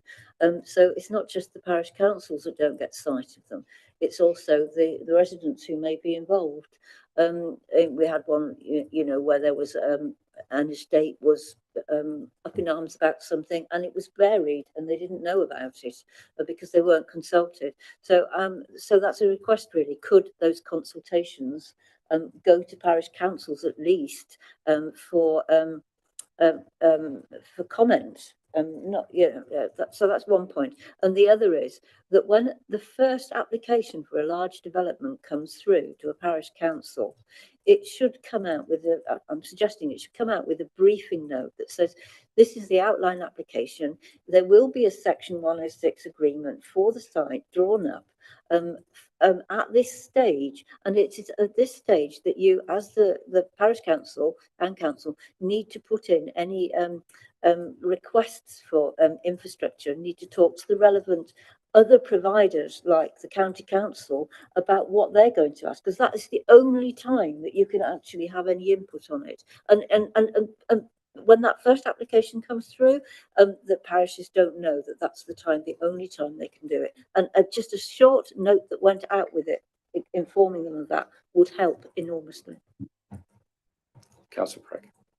I'll be very brief. I just want to say where we don't have parish councils, just to put in the proposal of that ward councillors are also consulted, so with that briefing note, so that we can go out to the community and ask what infrastructure is needed. Thank you, Councillor Walker. Yeah, I think we're sort of chiming a similar tone here, but I feel it's appropriate for me to say my experience with this is linked to Fareham, and I would say that the engagement that has been provided by both the council and the lead developer with that regard, our parishes would all say has been fantastic. So there is I want to put that out there. I think what I'm hearing is tends to be larger developments. We're talking about issues post approval, and I know that we're not going to have a growth board or a similar type of arrangement for every medium to large scale development. That's not practical, but perhaps there is some other mechanism that can be considered. And here I think it is the job of a ward councillor, where you've got a development like that in your ward, it's your job to be close to that. It's what people care about. Now, I think officers could think about how they could hold a councillor's hand in doing that, because some of it's quite impenetrable, haven't got the answers, but that would perhaps just be a recommendation for me to take away for the relevant departments to think about. Thank you. James, is that something that your team can do in terms of the variations? If you get variations to sites, can we have your word, as it were, that there will be some consultation with parish and ward councillors? With deeds of variation, it is very difficult because each signatory is duty bound to not unreasonably refuse amendments tabled by the others. So involving non-signatories, even by way of an information email to the relevant parish council to say that this has been submitted, I think it would answer the questions that have been brought up by some of the people that are parish councillors here. We can potentially do an information email, but as soon as we invite comment, the implication is we will take any responses into account, but we cannot risk acting unreasonably, because then we will be in I hear what you're saying, but what people are saying is that they don't know that things are being varied, and I think information, knowledge is power, isn't it? And if the ward councillor or the parish councillors know that something's being varied, they at least have an opportunity of asking questions, shall we say? And I think that's all everybody's actually asking for that point. And I appreciate there might not be any legally anything that they can do about it, but if they at least know about it, that might go some way to quelling some of their concerns. And that is something we can action. Thank you. Okay, in which case I'm going to draw that to a close, and we'll look at the recommendation. So the recommendation for that part was to consider the content of the report. I think with the feedback you've had, you can say that has been very well considered. Thank you. There was the additional recommendation that was agreed, that the annual infrastructure report should come back to this committee for review on an annual basis. So if we add that to the recommendations, everyone happy with that? Yes, that's done. I've given myself a metaphorical slap on the wrist because I didn't ask for your agreement on the previous recommendations because we are with Rushcliffe Oaks. So I just apologise for that and just revisit that one as well whilst we're here before we move on to the last item, which was there were two recommendations for Rushcliffe Oaks, which was review the actions taken in response to our suggestions in July, which I think your approval, we duly did consider those, review those actions quite thoroughly, and identify new opportunities to further promote and develop Rushcliffe Oaks. I think that was actually done. Rhonda was explaining that quite well to us, and we had the whilst it's not a recommendation on here, we had the agreement from Rhonda and Catherine to actually provide by email distribution the underlying facts and figures that sit in the profit and costs, which should satisfy everybody around it. Is everyone in agreement of those recommendations? Thank you very much. That moves us to the last item. Thank you, James. Very comprehensive infrastructure report. Thank you. And that brings us to the last item on the agenda, which is the work programme moving forward. So we have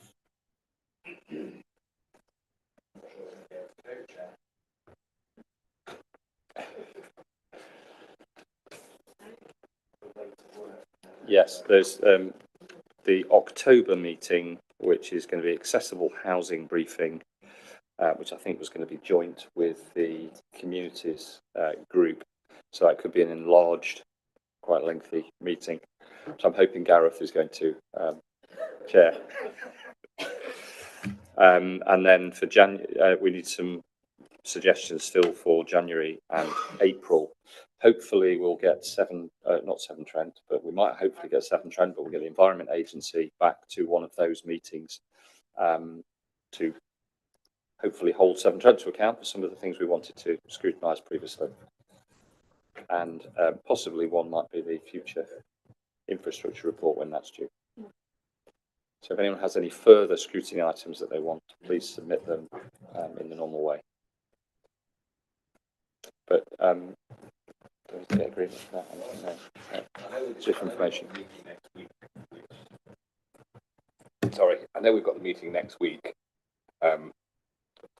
Yes, I think we've obviously, there's a limited number of councillors that can attend that meeting. I'm talking about the management fees relating to It was a very hot topic. new estates. I think it's only fair that we bring that back again, and certainly with the findings of that group, because not all councillors who wanted to be there were able to be represented because of the format that was set by the leadership. So I think that should come back as well. I think that was identified in the cabinet report, wasn't it, that they would come back in spring. So yeah, I think that's April it needs to be added on to then, basically. I think so. It's good to keep us honest. So thank you very much. That draws the meeting to a close. Thank you for your patience.